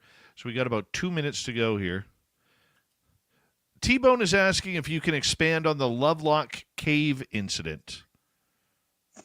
Okay, well, the legend of the Lovelock Caves is that there was a tribe of Indians that trapped them. They were being eaten by these guys. They were red-haired giants. They were being eaten, and they trapped them in this cave, the Lovelock Cave, and put brush up against the cave and supposedly asphyxiated them, with smoke. But there, I have kind of seen other things that maybe they didn't really wipe them all out like they thought they did. To this day, there are even sightings of giants in the Sierra Madre, and further out in the Southwest. I've seen some interesting videos on that. So I have to wonder if they were not as successful as they thought they were in wiping out the Lovelock giants. Where are these caves located? Well, it's a part of the Southwest. I think part of Arizona, somewhere down in there, in New Mexico, somewhere Nevada, somewhere in that section. I forget exactly now, but it's very. I've always wanted to go out there and really look. They say they have done some diggings in that cave and found some other things. And by the way, when you talk about these giant skeletons, supposedly they mysteriously disappear. That's another thing about people with science. They wear these blinders. They only see what they want to see, and a lot of it has to do with the grant money. That's why these things end up being mysteriously disappeared. Dennis, I'm going to get you to hold on right there because we are going to go to break here at the bottom of the hour. We have Dennis Carroll here for another 30 minutes on Spaced Out Radio. You can find all of his books on Amazon or Barnes & Noble, so check it on out. This is Spaced Out Radio. We continue with the Monster Talk right after this.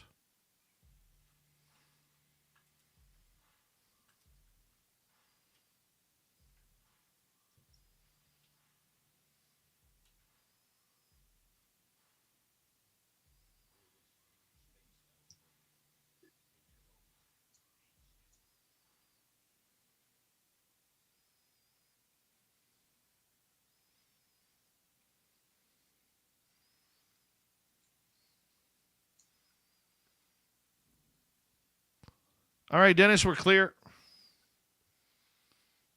This Okay. is flying on by, man.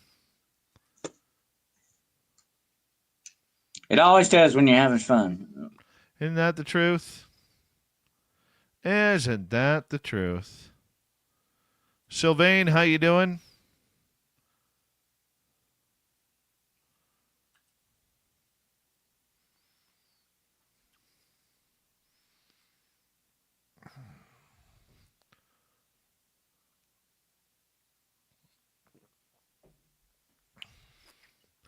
There we go.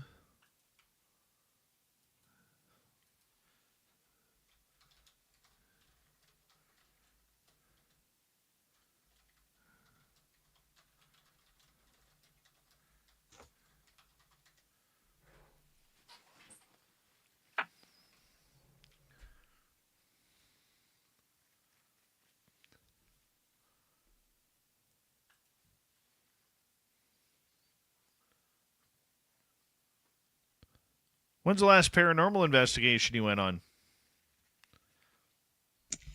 Let's see. I thought it was kind of a training thing that I went on. I've mentored a lot of groups over the years. Had my own group for a long time. But it was sort of a training thing that I did. Actually, I took a group out in a nearby graveyard and showed them some different techniques for investigating, how you walk with a video camera and stuff like that, and taught them a few things like that. So that was sort of a mock up of an investigation. An actual investigation that I've done was probably about a couple of years ago, and it was in well, that's not probably about a year and a half. It was a demonic infestation case that was in a small town nearby, and it was very interesting. How haunted was it? It was pretty bad. There were some kids involved, I think, with it. Not always kind of ramps it up for me because these things tend to attack children and animals, pets, and stuff, more so than grown-ups. But the grown-ups were, pretty much involved in it too.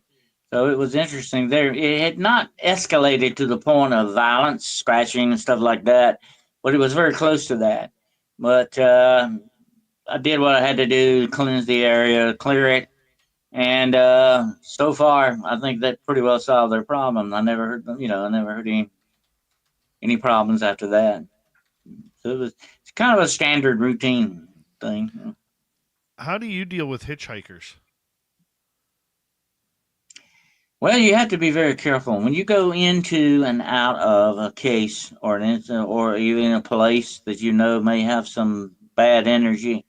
You need to go in protected and you need to come out protected. I have had many cases, Dave, over the years of people come to me, especially paranormal investigators. They pick up attachments, and because they did not protect themselves, you got to protect yourself just like you would. And if you're going to go out in the rain, you're going to put on a raincoat. Okay, same thing with some of this kind of spiritual activity, especially, and and even do this with cryptids. I even do that with cryptids because some of these cryptids, like werewolves, some of these other vampires and stuff, you got to protect yourself against this darkness that you're encountering. If you don't, you're just, on the end of a branch twisting slowly in the wind. If you're not careful, it's going to break.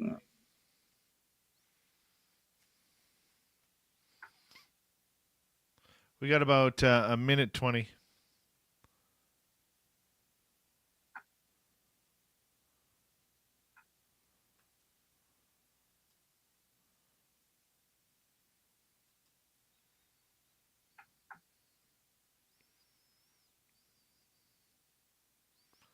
All right. Thank you tonight to CS, Gizmo, T-Bone, Kitty, and Necessary Dialogue for the great super chats. We very much appreciate your great love of SOR. So thank you. You could shop at our Spaced Out Radio store. Why? We do not have ugly swag, people. No ugly swag. We're going to take questions. Next. Walking Lightly, how you doing?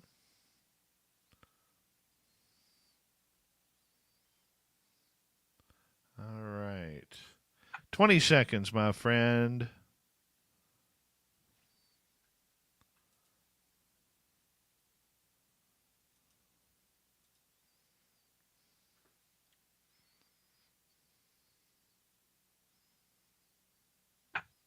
And here we go in like 7 seconds.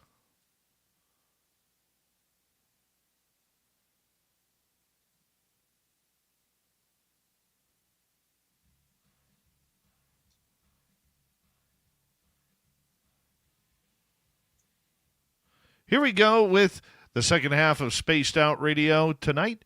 My name is Dave Scott.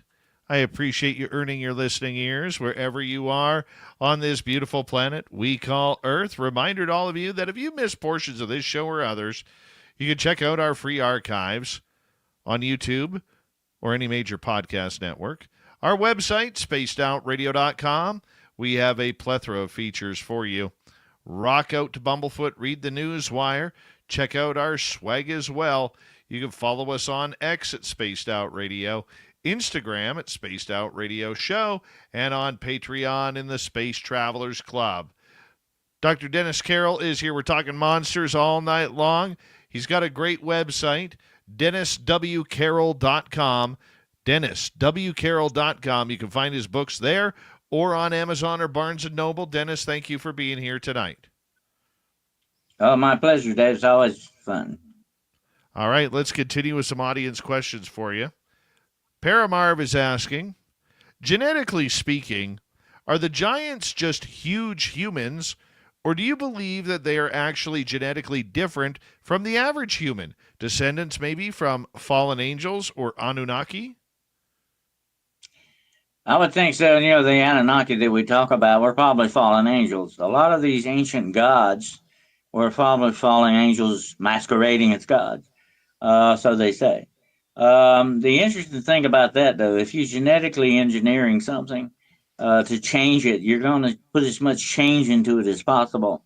You may be using the human host as the basis for it, but then you're putting other things into that match. So what you're coming out with is something that's not going to look human at all. It's going to be along the lines of what you would call, I guess the only thing you could call it would be a monster. It's something that's completely out of the true nature of this world that we're in. Something that's an extraordinary thing. I said something about monsters the other day. Monsters are bigger than life. When a monster walks in the room, everybody notices it. Okay, that's just the way it goes with monsters. And that would definitely be the case with the giant. He's not, like I said, you're not. We've got the image of the jolly green giant, ho ho ho, in our mind. That is definitely not what we're talking about here tonight. We're talking about a race of monsters created to be a plague on mankind. Let's move on. Let's go to our next question. This one from Jose. Could the Bible's references to giants have been referring to the Bigfoot of today?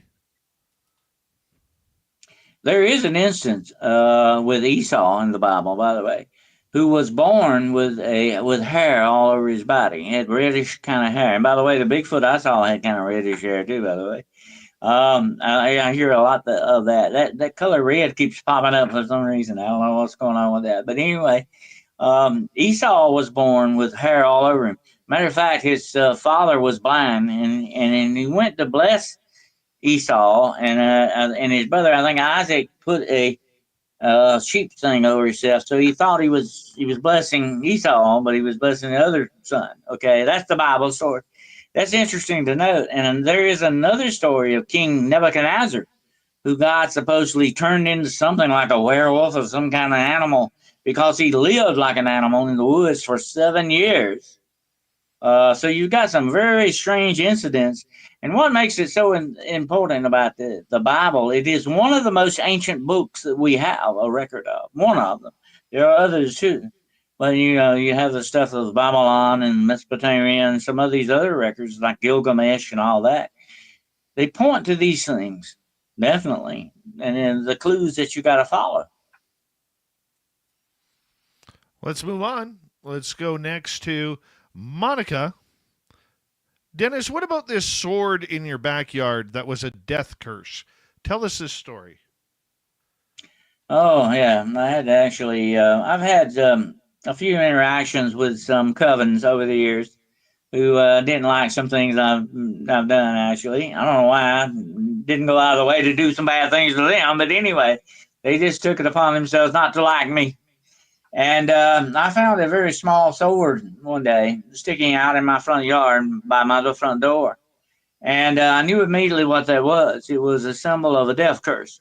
If you place a knife sticking in the ground next to someone's door, that is usually a death curse that they put upon you. I actually had a black warlock and tell me one time that he blew goofer dust in my face and said, "I curse you to death. You're gonna die. You're gonna, at the end of the week, you're gonna be dead. You're gonna be in a casket." Well, I laughed at him. I said, "Yeah, if you get me to believe that, maybe, but I don't believe you." Okay, and that's the power of a death curse.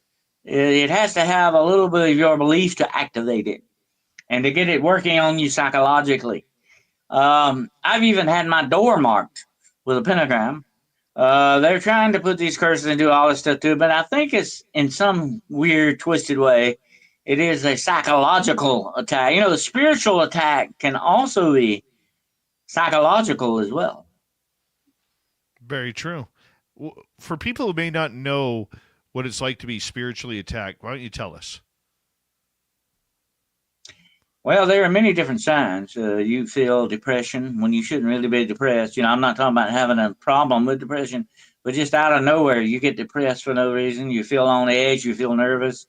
Things are not going the way they should go. These are certain signs that there are things, maybe outside influences taking place on your life. You need to investigate and see what's going on or what may be happening with that.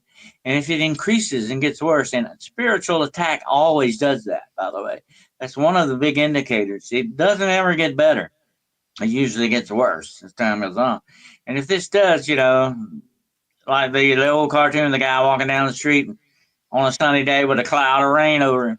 If your life becomes like that, you need to ask certain questions. Why? What's going on? Is it something I'm doing? Or something somebody else is doing? All right, let's continue. Let's go to Seymour. Are there any other were creatures in that there are werewolves? There are, well, of course, there have been, reports down through the years of panther men, jaguar men in South America, lion men and leopard men in Africa. You have the Ufandar, the wolf berserkers, and you have the bear berserkers and the Viking lore. This is found in many different cultures. Men take upon themselves the attributes of animals because they need to become animals for certain things like war and killing people and doing bad stuff. Uh, uh, just say, for instance, the leopard men in Africa. That was a big thing. It took the British Empire like 40 or 50 years to get them down to the point where they could control the leopard men. It was a cult. And they would actually take leopard claws and kill and assassinate people with that. Like leopards, they wore the skins. And in fact, in their minds, they were leopards. That's scary when you think about it in many aspects, because if people can do that, that's the next step to being a true shapeshifter. And it's just one step over into that spiritual realm when you can actually change your reality. You start first here, though. Love it. All right, let's go next to Jose. Heated fights between Bigfoots and Dogmen. Could we compare them to a confrontation between cheetahs and lions? You could do that. You could also, I think, it would also be comparable to a mountain lion and a bear. I have seen actual evidence of that happening. I've run into mountain lions in the woods. But I had an old ranger tell me something one time. Dave, you'll like this. He told me, he said, whenever you see the mountain lion, it's already too late. That's very true. Mm-hmm. That's very true. Unless they sneak up on you. Yeah, that's even worse. But that would be interesting, the mountain lion and the bear. I don't know. You got to think about this along the way. What weapons they have, what weapons they can utilize, and the strength behind it. That's what it comes from. It is a well-known fact that in a fight between a lion and a tiger, the tiger would probably lose because the lion's a little bit smaller and therefore would be faster. That'd be a good brawl. Uh-huh. That would be a totally great brawl to watch. Let's go to Jerence. Have you ever encountered giant Amazon women? No, but that would be interesting, definitely. I've heard stories about it, that they may still exist in certain parts of the world. And the legends that are found not only in Greek, but Roman, and even parts of Europe. There was, so we have to wonder if, when this keeps popping up like that, if it wasn't based on true actual fact. And the original Amazon women may have probably been in probably North Africa or in that region. That's where the Greeks said they come from anyway. All right, let's move on to another question here. Let's go to Moody Mongol. What kind of charms could I equip myself with in order to ward off Dogman and Sasquatch? Well, the basic thing, if you're going to use it, I kind of like what the Native Americans use. Okay, especially if you're going out against something even like Wendigo or Skinwalkers and stuff like that. They used what was called holy ash. What it was, they would build campfires, usually of white oak or holly wood, and they would lit these fires. They would say prayers over them, blessings over this fire. It would burn down naturally to ashes. They would collect the white ash that does not touch the ground. It must not touch the ground. That's the number one thing about it. They would collect this ash, and it was considered holy because it had all the prayers and all, consciousness of those prayers in it, and they could use this against darkness and evil. And so that would be the one big thing to equip yourself with if you're going out looking, definitely for Sasquatch or Dogman. All right, let's move on here. Let's go next to Paramarv. Would you care to weigh in on the debate that aliens are demons?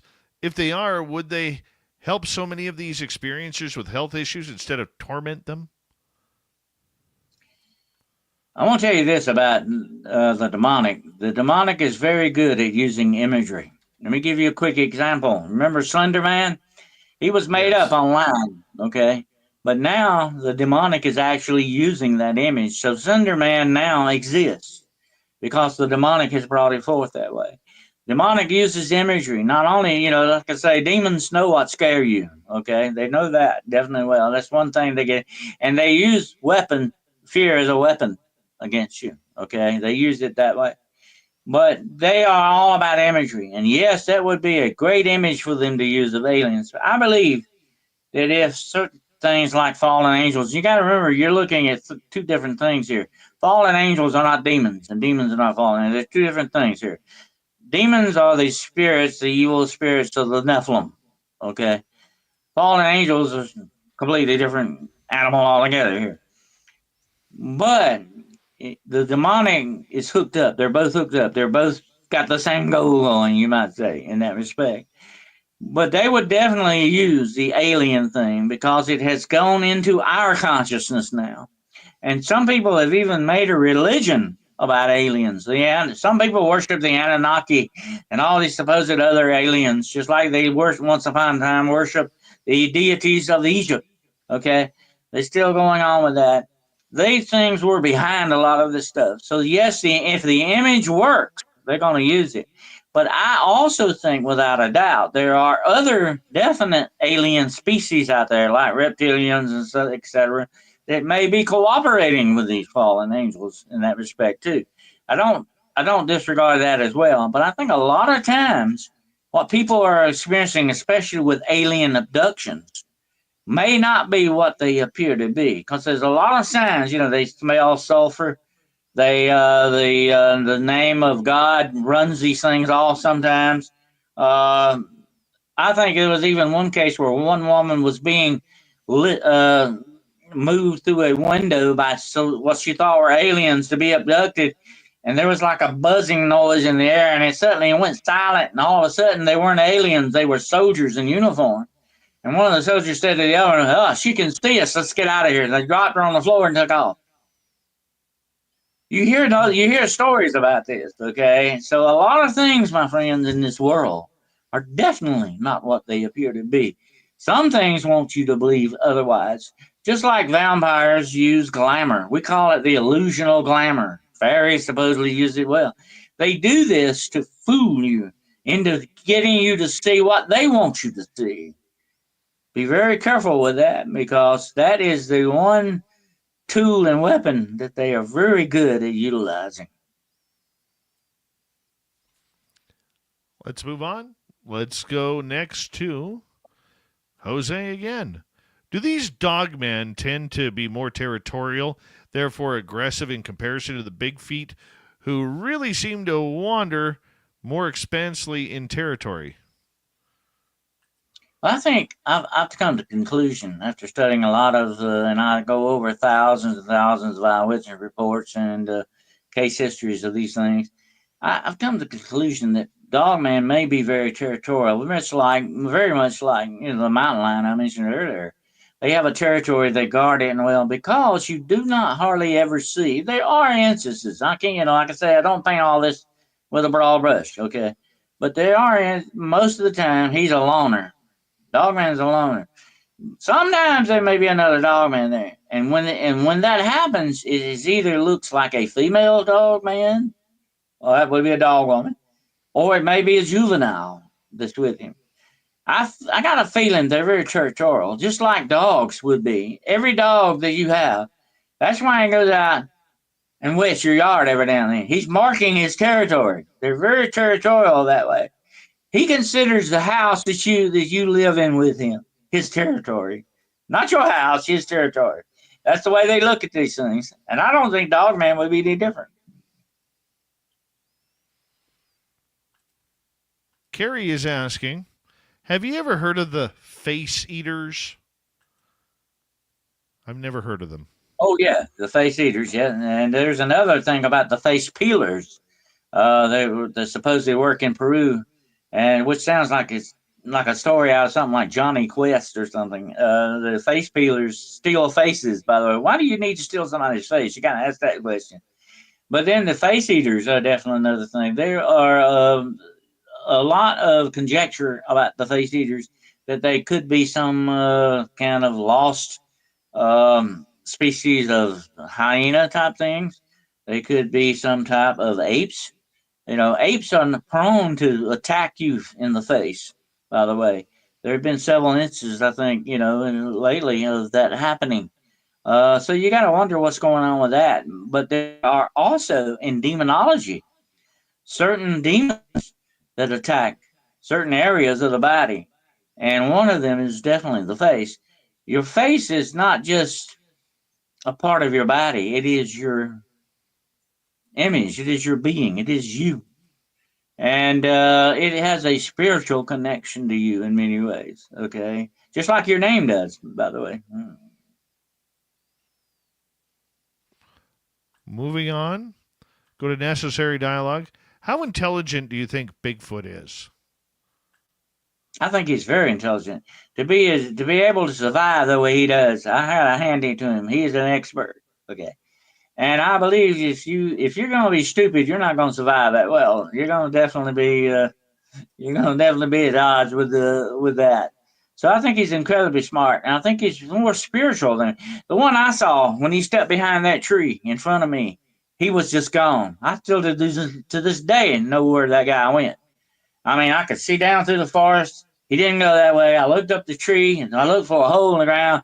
Did he step into the tree? I cannot tell you to this day where he went. It was almost like an interdimensional thing. That's all I can say. That's the only thing that could explain that for me. He was there in this reality one moment, and then the next he was not. And you got to wonder about somebody like that. He's not only just a brain. There's like a spiritual connection with him, too, in that way. Some of these things, I think, for good or bad, have a spiritual side to them, just like we do. Let's move on to Ashley here. What do you think it means if a person begins to tremble and shake when they see a godly image like a cross or deity? Well, that's not a good sign. That's usually a sign of demonic influence. There are different levels. I've had a lot of people over the years ask me, Dr. Carroll, can I be walking down the road and bam, I get possessed all of a sudden? Okay. No, that don't happen. And when people come to me with these problems, and I've been asked that question a lot of times, wrote a book about it. People will say, have I got this sound? Have I got that sound? I said, most of the time, if you're worried about it, you probably don't have a problem. Okay. If you're worried about it. But you got to remember this. These things cannot get into your life unless you open the door to them. Just like vampires and black-eyed kids, they want to be invited in for a reason. Okay. You got to open doors in your life, whether they be evil people, bad habits, obsessions, addictions, whatever the situation. When you open these doors, these opportunists are waiting to stick their foot in, and they will too. You give them half a chance, and they will do that. My grandmother used to say that to me long time ago. Give the devil an inch, he will take the whole yardstick. All right, we've got 3 minutes. Let's see if we can get a couple more in. Blue Cruz is asking, any upright cat or feline cryptids or humanoid being encounters? Oh, yes, there have been several, and there are even Native American legends of panther people. Well, I like to call them panther people. They call them cat people. You knew that too.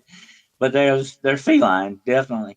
And there have been even some sightings of female cat people that have been seen. It's interesting, but it's not reported as much. They don't get as much PR as Sasquatch and Dogman, of course. But there are some reports of that, and there are even some Native American legends that say that some of the women in their tribes have actually turned into big cats, and all that. And here's one more thing I think about. One of the most premier, and like I say, I live in the outskirts of the Appalachians. One of the big things about the Appalachian witches is that they can turn into big black cats whenever they want to. That's scary to think about. It really is.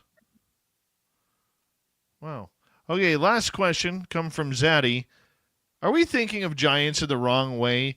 Like, what if they're giants spiritually, like you said, doing witchcraft, and is a giant in that way? Are they only big for themselves?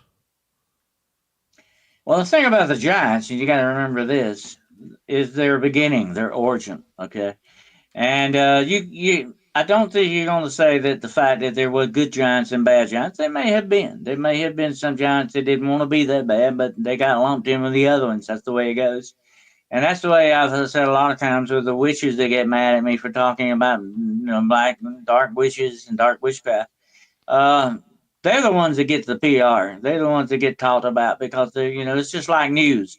You never hear good news. You always hear the bad news. Okay. And that may be what happened with the giants. But let me say this. You got to look at their origin. They came from evil and darkness. That's what these fallen angels were. They became corrupted into this and they were complete evil, supposedly. And if they came from that, then that would be their nature. Their nature would be dark and evil. It's not a good thing for you to go around eating your neighbors. Okay. That's usually a bad sign that you're not a good guy. Definitely. Dennis, I want to say a big thank you for you coming on Spaced Out Radio once again. No hurricanes destroying tonight's show as it was prior, but we're so glad to have you here, my friend. And we want to remind everybody that Dennis's website is denniswcarroll.com. denniswcarroll.com. You can find all his books on Amazon and Barnes & Noble. Coming up next on Spaced Out Radio, a jam-packed hour 3. Starting off with Swamp Dweller, then Little Timmy James with the UFO Report.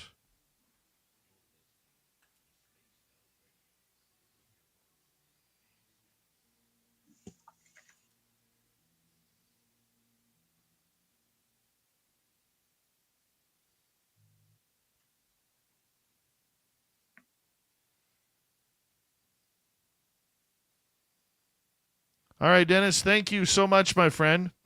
Appreciate you. Oh, it was my pleasure. And like I say, anytime you want me back, oh, you know where to get me. Always, my friend. All right. Always. You I take enjoyed care. it immensely. I enjoyed it immensely. Good. We'll do it again, my friend. All right. Take care. See you, buddy. Dennis Carroll, everybody.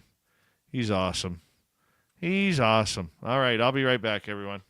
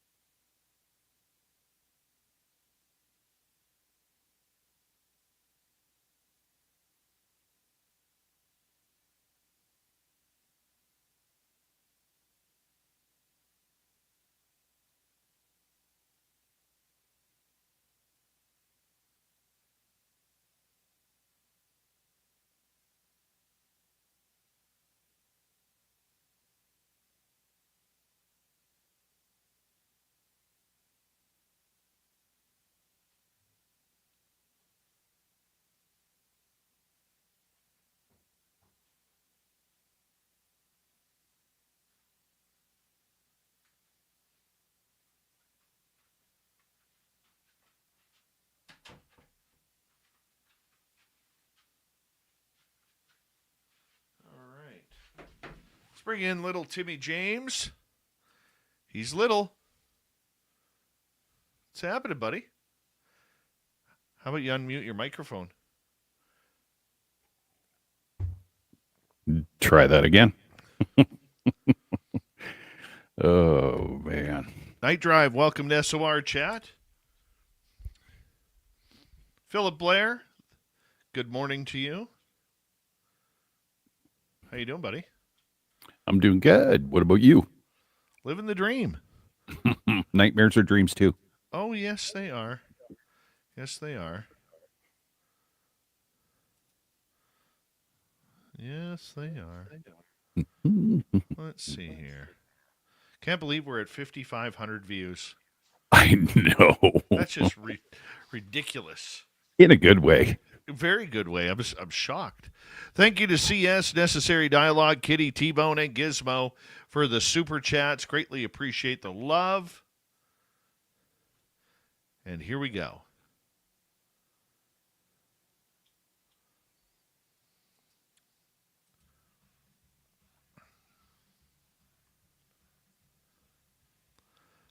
Third and final hour of Spaced Out Radio is now underway. Good to have you with us.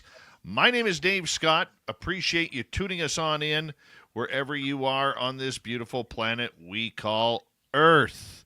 Hello to everyone listening in on our terrestrial affiliates around North America, digitally on every major podcast network.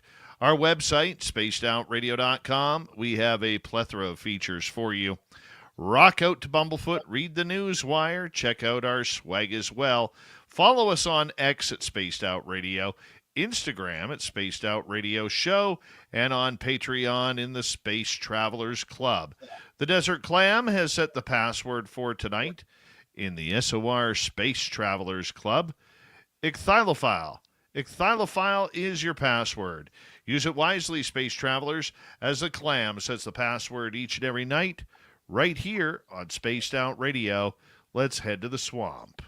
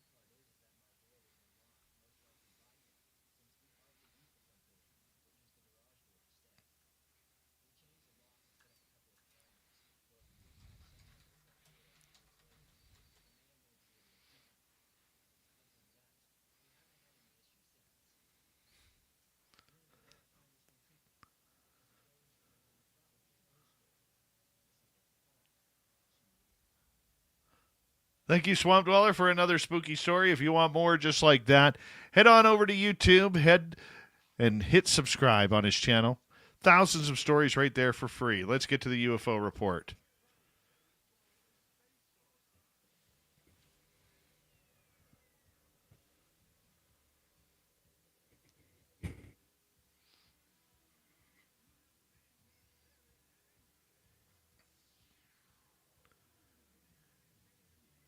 All right, little Timmy James in studio for, well, his own studio tonight. I hate it when you're at home. I do. I know you do. UFO report time. Man, New York Post journalist Stephen Greenstreet really dropping the gloves with the governmental side of these damn UAPs that are flying around. What do you think of that? He is on a hot streak right now, and I'm judging by what I've been reading and seeing. It seems to be, hey, I think he's just stretching this out. But yeah, in a New York Post New York Post investigation by journalist Stephen Greenstreet alleges that rogue U.S. government officials with top secret clearances have misused taxpayer funds for decades to chase paranormal phenomenon, including UFOs, ghosts, Bigfoot, and bulletproof werewolves. The report published this week claims these officials, some in high-ranking positions, operated covertly within classified programs, diverting resources to purchase fringe theories without oversight. Greenstreet's investigation, part of his ongoing series for the Post, draws heavily on his skepticism of government-backed paranormal research, particularly centered around Skinwalker Ranch, a Utah site infamous for alleged supernatural activity. So Greenstreet is asserting that these rogue efforts stem from a small group of UFO believers, psychics, and ghost hunters who manipulated government funding to fuel their sci-fi fantasies.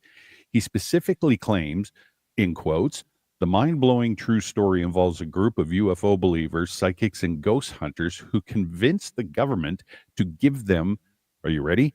$22 million to live out their sci-fi fantasies, referring to the Pentagon's OSAP, which he alleges was misused to investigate paranormal claims at Skinwalker Ranch. Greenstreet's reporting suggests this program, funded from 2008 to 2012, produced no credible results, instead focusing on unverified reports of UFOs, werewolves, and other phenomena, which he describes as fraudulent with no results on its mission statement. If you've seen the video as well, he goes into bringing up books that have been written as, about all the stuff from Skinwalker Ranch, and this is how much this costs on Amazon, with no evidence. And then he goes through and he comes up with another one. So he's just hammering down. So the rest of the article highlights a specific case involving a Department of Defense official who, according to Greenstreet, claimed a wolf man was haunting his backyard and was distracted from national security duties, such as monitoring Chinese spy balloons, because of his obsession with UFOs. Greenstreet writes, a crazy Department of Defense official who claimed a wolfman was haunting his backyard missed Chinese spy balloons flying over America for years because he was instead looking for UFOs. The official, unnamed in the report, is portrayed as emblematic of a broader issue of misplaced priorities within classified programs. Greenstreet's investigation also revisits Skywalker Ranch, which he explored in 2022 and 2023 documentary series for the Post. He described the ranch as a hotspot for UFOs, werewolves, and ghosts, where he spent a night to test claims of paranormal activity. I had to sign a health waiver acknowledging that ghosts might literally unalive me during my stay, he writes, emphasizing the absurdity of the claims. He alleges the Utah state and federal officials have been living out their sci-fi fantasies at the site, funded by taxpayers, and questions the lack of tangible evidence.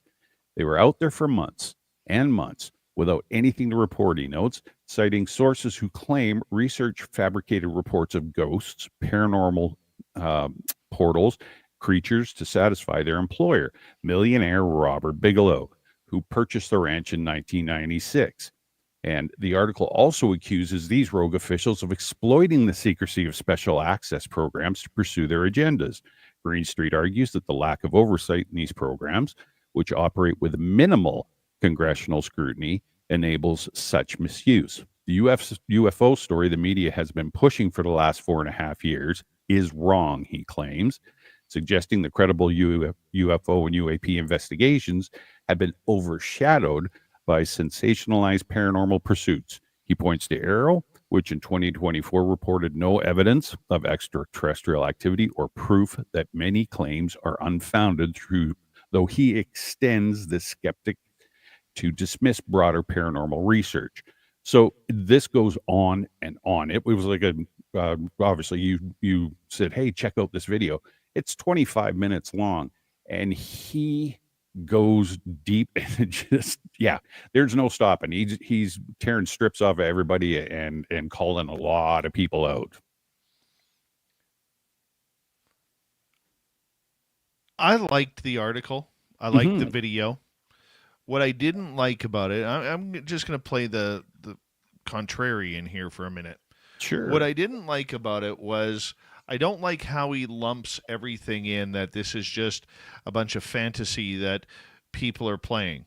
I agree with him that there is a government game going on, potentially a shell game trying to gain some sort of government funding riches to investigate these phenomena.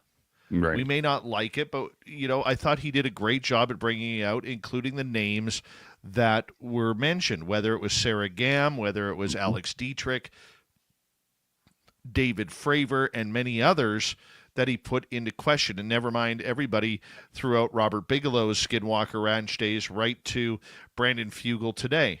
I think questions are answered because we do have a lot of people who are talking from positions of authority saying this is real, but they're not sharing anything that they have found out. And that's the frustrating part for many people in this field. However, where I don't agree with Greenstreet, even though it was very well put together, is there are real people. Take away the government side of everything. There are real people having real experiences. And I think he kind of mocked those experiences a little bit, whether it's summoning or whether it's psychic ability, whether it's, having encounters with Bigfoot or ghosts or UFOs. I think that is where I don't understand where he's drawing the line here. Because I do know that he has witnessed a black triangle before. And he can't figure it out. And he does have some sort of experience with seeing things like that.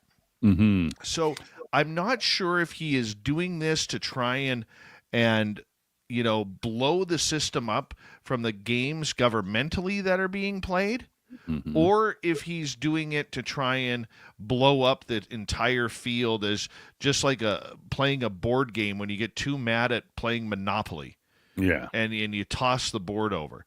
That's what I'm wondering about. That's the clarity that I would like to ask Stephen if he, we have extended an invitation for him to come on this show, and hopefully he will one day take it up on us, but he's usually takes a long while to get back to us.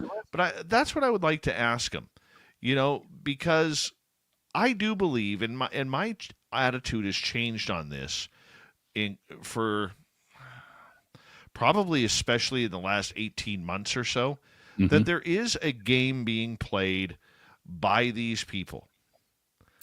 Okay, there is a game being played that is going to benefit very few, while the rest of us who have had the most incredible experiences are not going to get the answers that we deserve. No. Okay? No. That's what I'm saying. And it's not that I hate science. No. It has nothing to do with that. So let's not put words in my mouth. I never said that. What I am saying is there are government people who are doing this for what I like to call disclosure for dollars. I want real scientists to work on this. I think we have real scientists working on this. When I think of a couple, I think of Dr. Jeff Meldrum with Bigfoot. I think Dr. Michael P. Masters, who has a very open mind. Look at Science Bob. There's a scientist looking into things. There are True. great scientists looking into this subject that we really, really need to pay attention to. But the ones who seem to have government control over the message, that is where my concern with everything is. You know, like he got into the 22 million about Robert Bigelow getting 22 million. Right. What people forget about that, okay? What people forget about that is that Bigelow even spent, I believe it was around $700,000 to try and bump up MUFON, and in trade for that money back in around 2007, 2008 when this happened, he wanted to trade the money for case reports that included people's names, addresses, and locations of where the incidents happen. There's a lot of games being played here. For us who are experiencers and for the scientists and the researchers who are doing this with the right intentions, I think we're getting screwed. Yeah. And that's where I do agree with Green Street. But like I said, I don't think everything should be lumped into one can of soup. That's not what it's about. No, you're right. And I think what I find now with Green Street is, as I'm getting, and I agree with you. I'm reading his stuff and I'm watching him, and I do like the way he goes after stuff. Like, I mean, he's like a dog on a bone, and it's good because I just like the way he delivers it. But the thing is that I what bothers me, I think too, is a little bit is you're right. He tries to lump everything into one bowl, and it's almost like there's a little bit of condescension in the way he speaks about stuff sometimes. And I don't know if that's a bit of a facade either, because like you say, he's seen stuff, he's been there, but he still pretends, I guess, for lack of a better term, that I'm a true skeptic and I'm investigative. He went to Skinwalker Ranch and said, he stayed overnight and didn't even hear a cricket. Nothing happened, allegedly. Right. But you can't, and just on that point, you spent 24 hours there. Exactly. Okay. You can't all of a sudden, it's not like an amusement park where you could control or get this phenomena to do what you want just because you're there. That's right. Okay. And if you're not a paranormal investigator, okay. Yeah. If you're not a paranormal investigator, how are you going to know whether it's a wall creaking or if it's something tapping? No, you have to learn the difference. Absolutely. And like our guest said, tonight is that people can hear, but they don't listen. And there are keys to that, right? And you're bang on. I mean, you're in my experience. I mean, we can go to our place, over here at the heritage site, and we've become accustomed to the normal sounds and then the sounds of different things. So yeah, I get it. You're right. These 24 hours. I mean, boy, oh boy, if we could get a whole bunch of action like that in 24 hours at your first time going on a visit, that'd be phenomenal. That'd be incredible. Well, exactly. It's like there will be times, like in our current investigation that we are doing at Flight 21, there will be times, okay, that we go there and nothing is going to happen. Yeah. Nothing is going to happen. I've been to that museum that in my area where I've investigated there probably 200 times. Okay. And there are times when nothing happens. Yeah. It happens that way. You can't control the phenomena. You can't say, oh, Mr. Ghost, are you here by the horse stalls today? And can you knock on the wood 3 times or knock with shave and a haircut? Right? You can't do that. No. That's not how it works. And I think a lot of these people who haven't taken the real time, not a 24-hour test, but the real time to have things done or have things happen, that they are going to be really understanding of it. Yeah. No, for sure. So that's kind of my issue with it. But otherwise, I do like the fact that he named names. He Yeah. named a lot of names that we've never heard before that are Mhm. connected. And I think that's good. Call them out. For Call them out. sure. The public here, if we listen to our audience, which we try to, the Mm-hmm. majority of our audience, especially those watching on YouTube or X, they're experiencers of this phenomena. Right. They didn't ask for this. They just want to know what is going on. And apparently there are people who know what's going on but don't want to tell us about it. Yeah. But they want to No. brag that they know and just give a trust me bro type situation, Yes. Yeah. right? And I don't think that takes a shot at science. I don't think it takes a shot at many people. It Mm-mm. just shows that the concept of UAP is broken. And the ufologists who were following all of this before may have had a little bit more right to say. Yeah, I agree. Good call. Good call. We got 3 minutes left. All righty. This is a fun one from about 47 years ago. And this comes out of Lawndale, Illinois. So a little bit UFO-ish, maybe. So a bizarre and frightening incident has left residents of this quiet Logan County town buzzing with questions and speculation. So this is a news report from the paper. Sorry, should have said that at the beginning. So yesterday evening, a 10-year-old boy was reportedly attacked by a massive bird-like creature in his family's backyard in an event that defies explanation and has some whispering about UFO or legendary creatures. Marlon Lowe, a local fifth grader, was playing outside his home on East Street at about 8:30 p.m. when, according to his family, two enormous birds appeared overhead. Marlon's mother, Mrs. Ruth Lowe, described the creatures as having dark feathers, glowing red eyes, and wingspans stretching at least 10 feet. It was like something out of a nightmare, she told the Ledger. One of them swooped down and grabbed Marlon by his shoulders, lifting him off the ground before dropping him.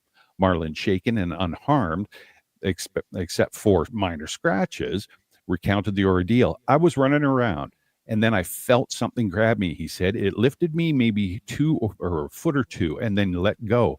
I ran inside screaming. Neighbors alerted by the commotion claim they saw the birds circling above the Lowe's residence before vanishing into the dusk. Mr. Jake Lowe, Marlon's father, corroborated the story, noting the creature's eerie silence despite their size. They weren't like any birds I've ever seen, he said. No flapping noise, just gliding, and those eyes red like they were glowing. Several neighbors, including Mrs. Thompson, reported seeing similar large shadows in the sky around the same time, though none could identify the creatures. Local authorities were notified, but Sheriff Robert Miller expressed skepticism. We're looking into it, but it's likely that they were just large birds, maybe turkey vultures or herons, mistaken in the evening light, he said.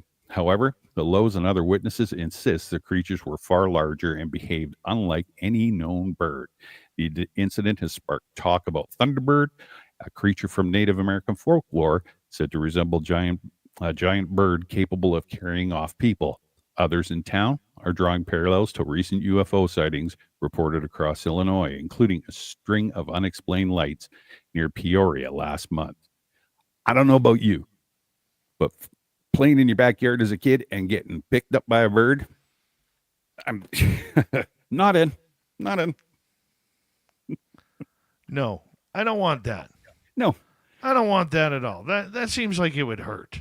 I used to have a problem with getting chased by dogs when you're riding your bike. Could you imagine playing in your backyard and some bird? Man.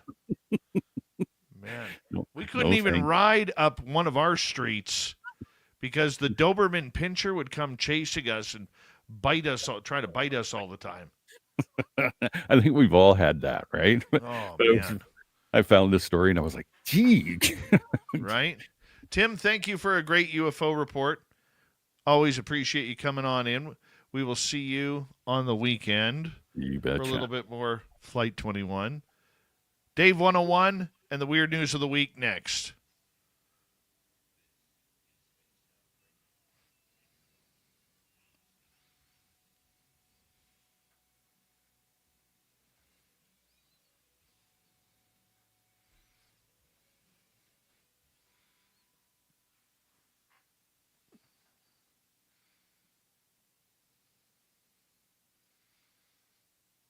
All right, we're clear.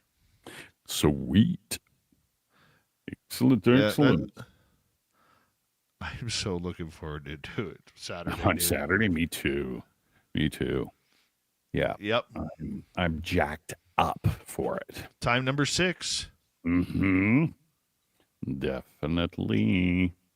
And a big, huge thank you to everybody out there that's watched the video and chimed in on it. That's awesome. Yeah, this thing's taken off Yeah. like wildfire. Yeah. You know what? 5,500 views may not be a lot compared to other channels that you follow. Mm-hmm. But for us, it just kind of goofing around in the forest. Tim and I are absolutely thrilled by this, guys. Yeah, Absolutely for sure. thrilled. So whatever you guys are doing to talk about this or do whatever, we really appreciate it. Yes. We really do. Extremely awesome. And it is, yeah, like Dave said, much appreciated. You guys are awesome. Yeah. Yeah. Awesome. All right. I'm going to take off. I will go sit and watch Dave's get off my lawn. Yeah. And everybody have a great weekend and be safe out there. And yeah, we'll have a video hopefully up for you next week. It's going to be awesome. I'm so Yes. pumped. Right on. Okay, guys. We'll see you later. Have a Later, good one, Timmy. sir. All right. Hi, Sherry Diane. How are you? American Culture, how are you?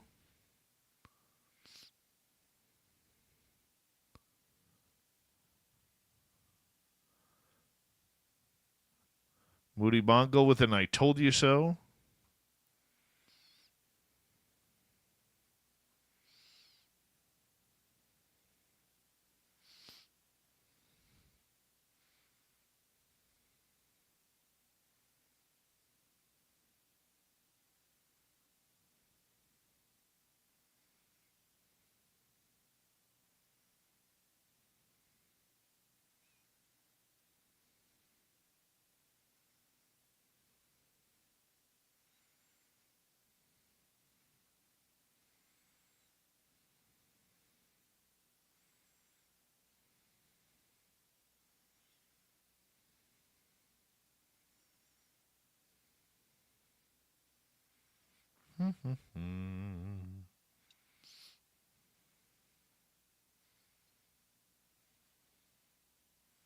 What fruit do you hate?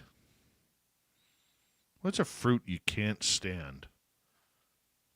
Can't stand grapefruit. Can't stand it. Don't like it. Don't see the purpose of grapefruit whatsoever.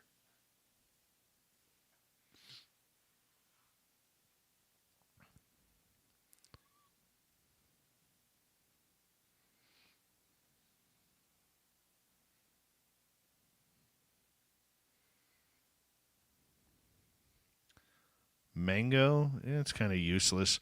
I like raisins.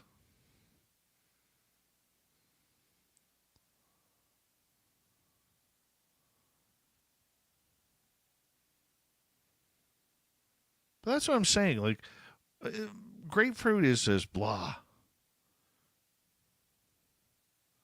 I agree, dead fish. Anyone who likes it is a demon.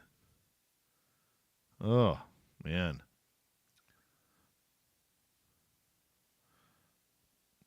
Dragon fruit is pretty good. I love kiwis. I would say my top 3 fruits would be blueberries, watermelon, and kiwis. Love kiwis. I like bananas too. They'd be a number 4. Strawberries would be a number 5. Nectarines. Love nectarines. Can't stand peaches.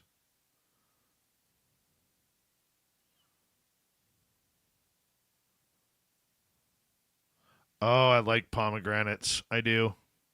Big fan of the pomegranate. Coconut sucks. Tastes great and everything, but to eat it raw, coconut milk is terrible. It really is.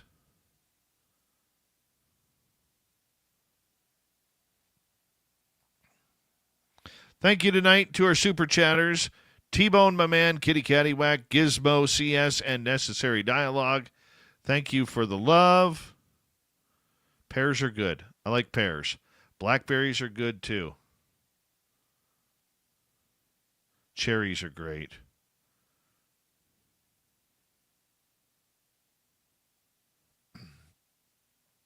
Here we go.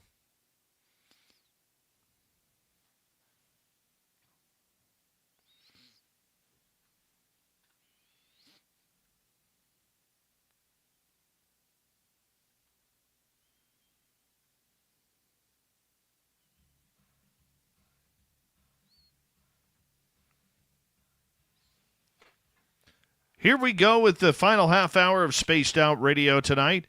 My name is Dave Scott. Thank you for taking the time to listen to our high strangeness each and every night. We really do appreciate it.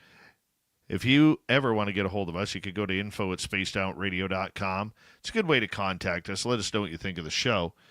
Our website, spacedoutradio.com, we have a plethora of features for you. Rock out to Bumblefoot, read the Newswire. Check out our swag as well. Follow us on X at Spaced Out Radio, Instagram at Spaced Out Radio Show, and on Patreon in the Space Travelers Club. It's that time of the week, that time of the night, where I yell at each and every one of you to get off my lawn. It's the Dave 101.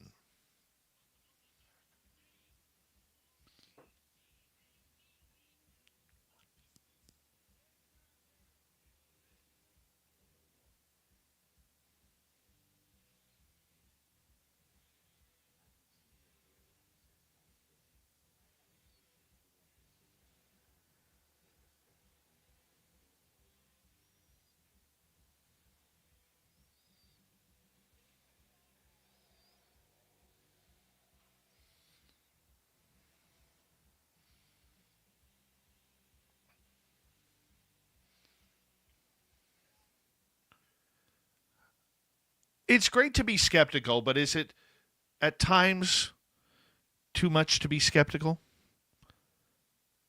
Let me break this down for a little bit. A lot of times when we are broadcasting this show, if you're listening on radio, you'll never see it unless you hop into our YouTube chat or on X, where we have a great audience tuning us in each and every night. People who are brilliant, people who are experiencers, some scientists, some people have never experienced a thing, but they want to believe and eventually have some high strangeness happen to them. Hopefully, fingers crossed, knock on wood.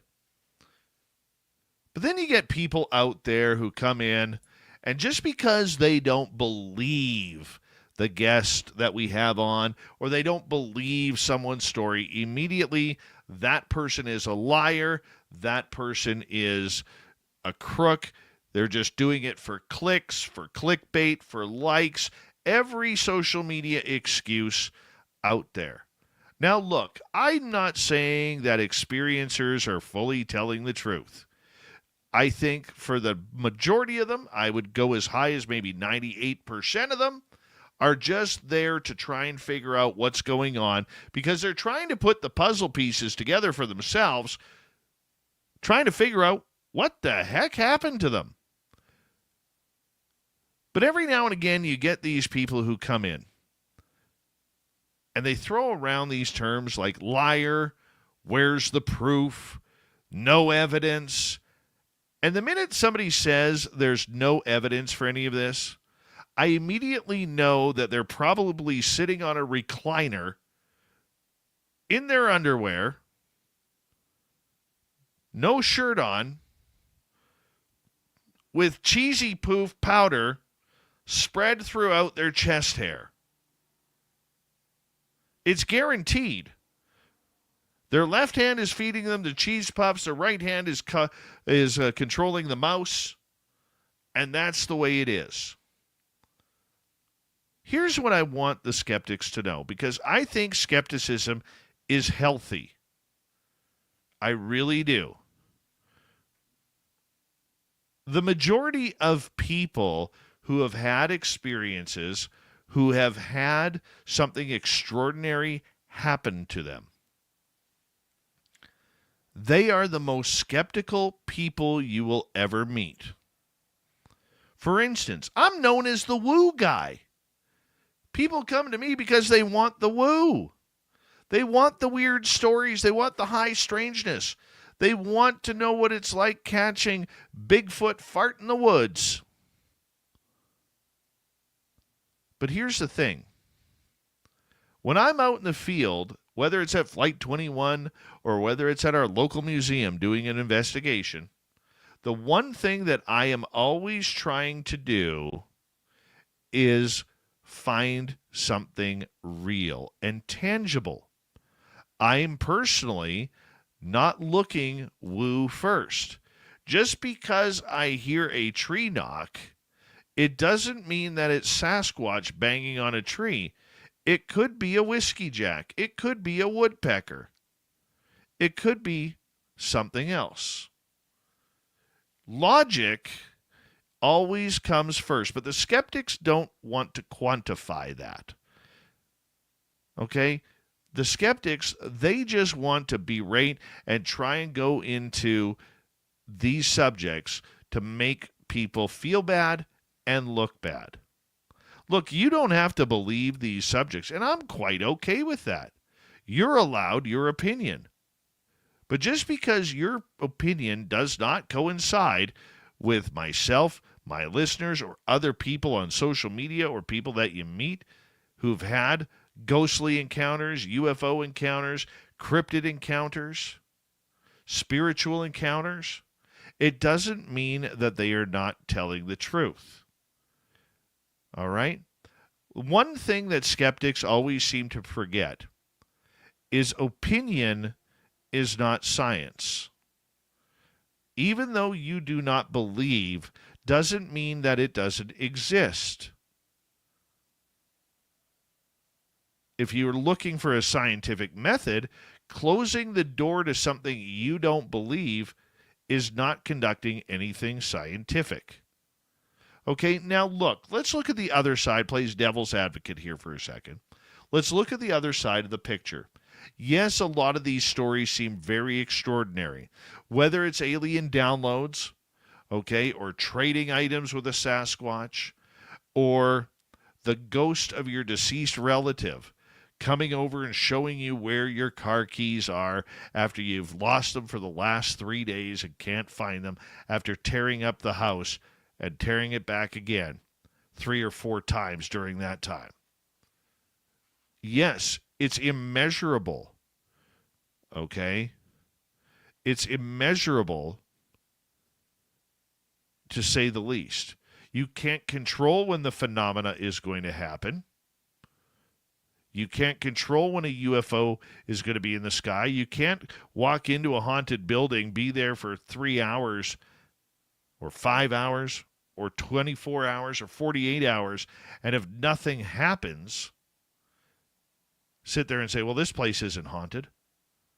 You can't control the phenomena. And that, I believe, is the biggest frustration that many skeptics have, is the phenomena is not repeatable.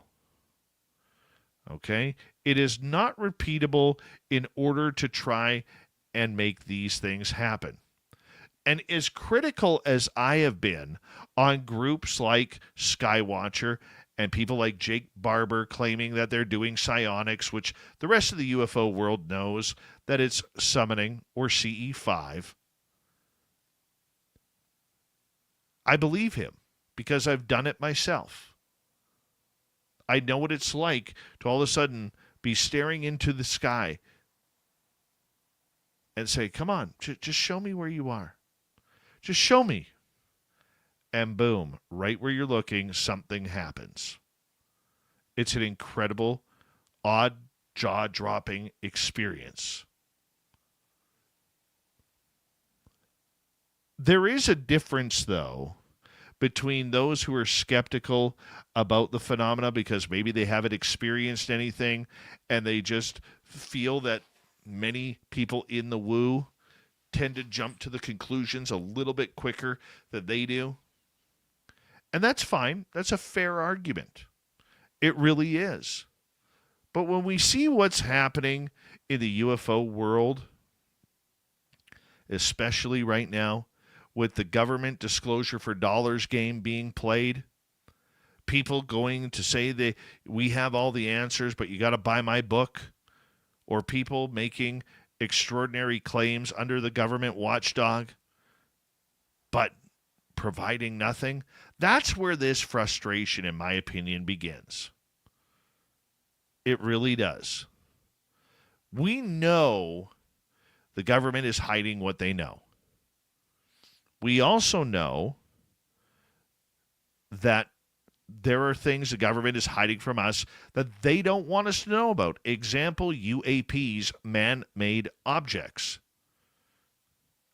They want us to believe it's UFOs so that way they can figure out how they can, or they've figured out, pardon me, how they can disguise some of their own technology under our allotment of the UFO banner. I don't like it, but they do it, and that's part of the game. That's part of the game.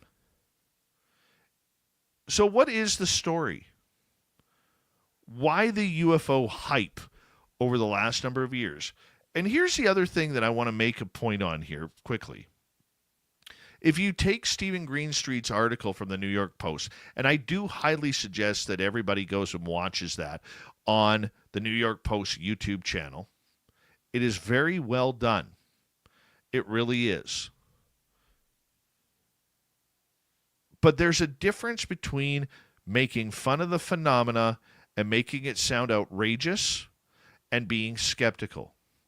And this is why I question, is Greenstreet trying to blow up the entire field, or is he trying to blow up what the government is allegedly hiding or distracting us with? This is where we need to figure this out. Okay? It's not just about proof. That's easy to debate.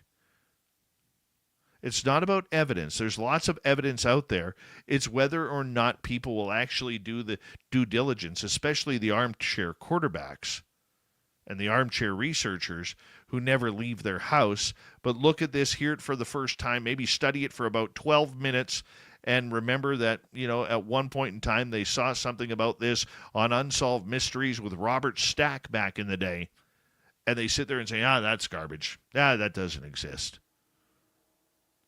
I'll take my father, for instance. When I had my first Bigfoot sighting, I called up my dad, and I said, Dad, you're not going to believe what happened to me. Because he's a five senses Alberta boy, big farm kid growing up. I said, Dad, I saw two Sasquatch in the forest. No, you didn't, he replied. Yes, I did. No, you didn't. I said, Dad, why would I call you to tell you this if I didn't see them? I don't believe in that crap, so I don't need to believe you. I just went click on the phone. There are a few expletives in between there, but that's exactly what I did. Fast forward from 2013 to 2025. Now, since my mother passed away and my father is feeling a little bit mortal, he is now open to the idea, and he is actually asking me questions now about where are these UFOs? What do they look like? What does a Sasquatch look like? What do you do in this situation? It's because most of it is fear. It's fear of the unknown. Causes a lot of skepticism, in my opinion. It's easier to brush it off than it is to admit that there is potential reality in seeing monsters. Look, we all grew up with monsters under our bed. Close your closet doors at night so the monsters don't come up. Disney Pixar made a movie about that, Monsters Incorporated. One of the best cartoon animations I've ever seen. Still love that movie. Who doesn't cry at the end when Boo hugs the big teddy bear? Right? And who doesn't like Mike Wazowski? Or want to poke him in the eye? One of the two. But that's the reality. Skepticism is great. We need skepticism in order to make sure that we are not exchanging a creaking door for a ghost. We're not exchanging a bear walking through the trees for a Sasquatch walking through the trees in the forest. We're not exchanging satellites or Starlink or the space station for UFOs. We always have to think logic first. But if you push it beyond that and don't keep your mind open to the fact that, A, there is a game being played and you're all in it. If you listen and like this or experience this, you're all part of the game. And what's truly going on. Stick with what's truly going on. Stick with your gut. And hopefully one day the so-called skeptics learn that this is a real phenomena and it's not just a government waste of time. That's your Dave 101.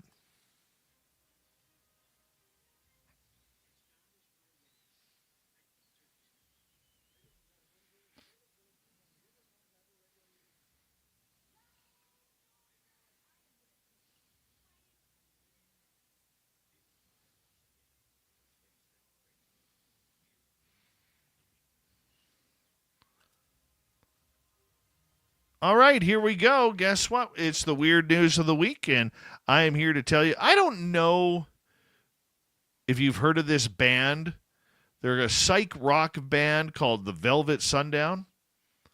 They have over 500,000 monthly Spotify listeners, releasing 2 full-length albums, records in a single month, with a third on the way in near the end of July. This rapid rise would be impressive for any musician, but guess what? This is AI. It's an AI band. Yeah. How do you feel about that? So many talented musicians, and now we're getting to AI bands.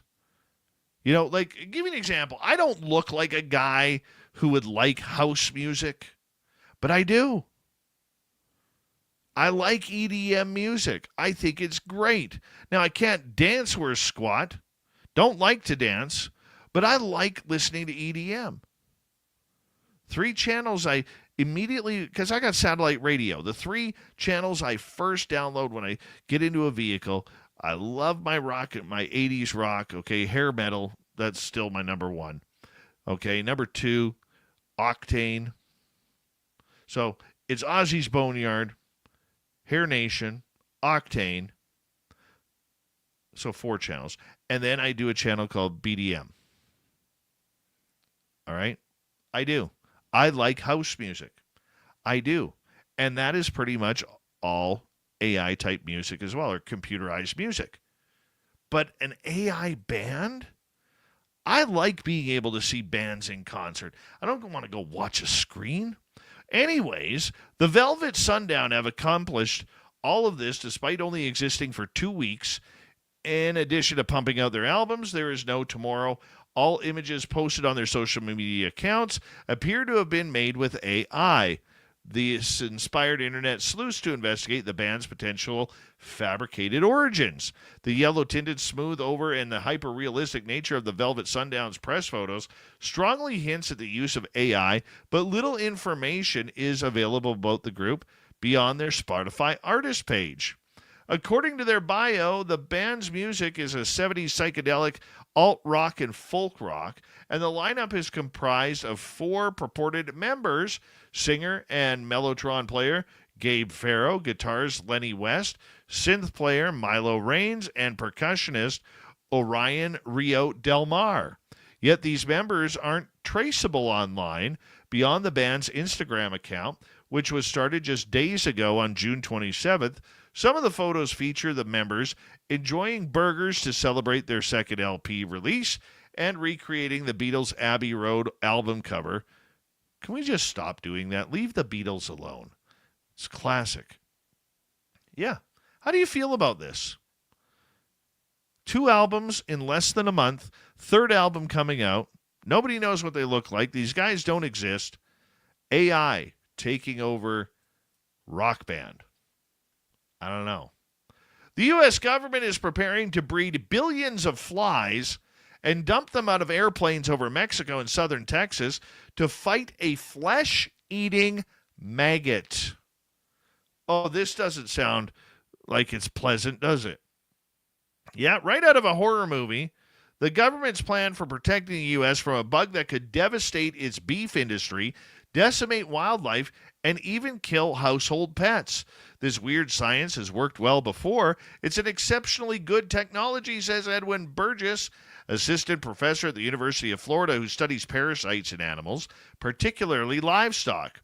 It's an all-time great in terms of translating science to solve some of the larger problem. The targeted pest is a flesh-eating larva of the New World screwworm fly. Who's got that on their bingo card for 2025?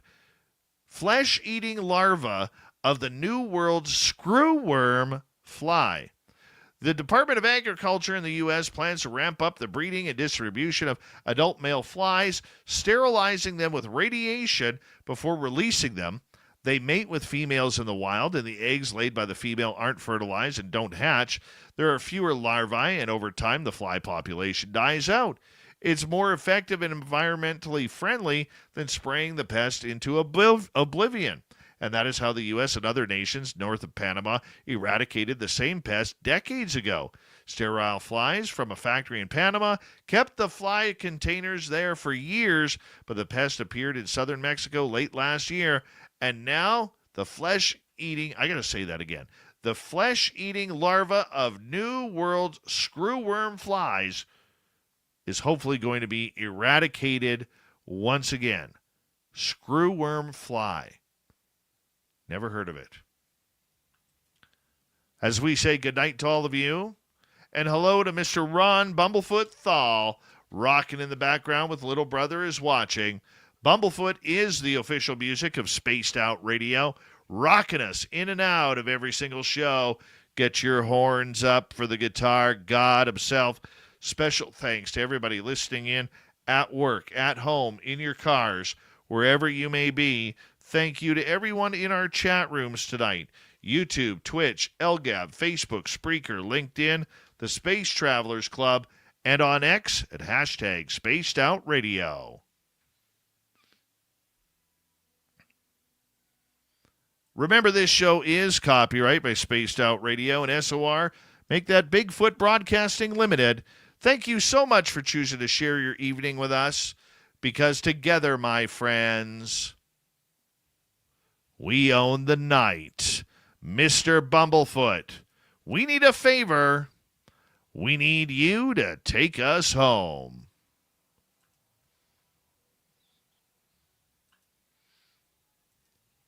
Yes, the Woo train has docked for the night, but soon, my friends, we shall ride again. Your seats are always available. Your tickets never expire. And if you want to bring a friend, we've got room for them too. Good night, everybody.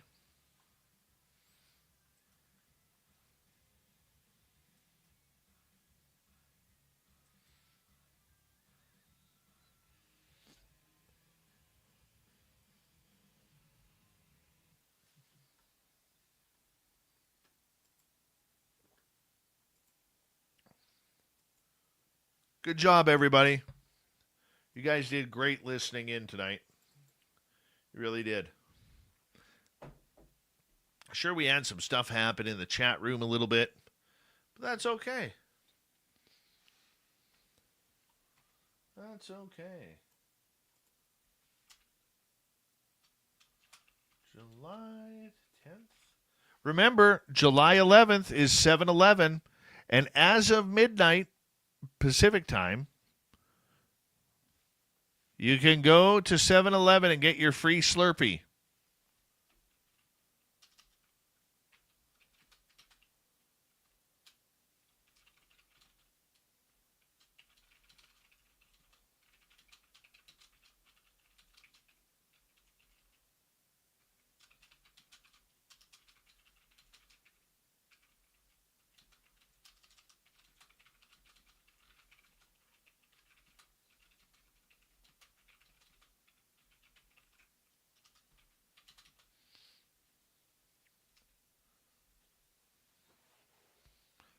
Go take advantage of it. Go get your Slurpee. I'm going to go get it tomorrow. It's one of my favorite days of the year. Cream soda Slurpee, here I come.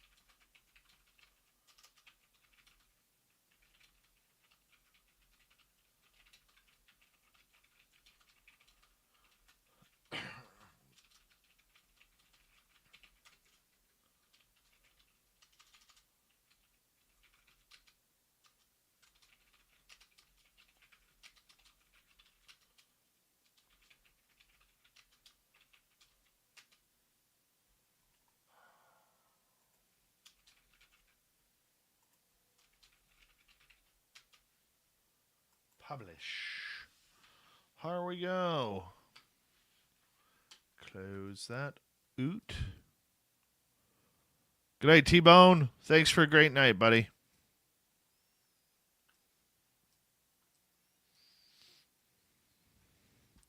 Who's on tomorrow night?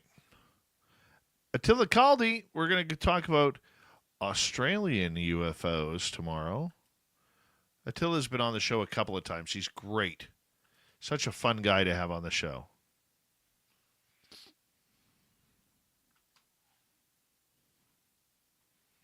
Thank you tonight to Necessary Dialogue, Kitty Caddywhack, T-Bone, my man, Gizmo, and CS for the super chats. I'm going to get out of here tonight. I hope you have a great one. We'll see you all tomorrow night. And if you're looking at Flight 21, the videos, make sure you give them a like, and give us a comment below. That we're going to be filming the next video on Saturday, and hopefully we'll get that out within the following week and go from there. We'll talk to you soon, guys. Thank you very much for a great show tonight. Good night.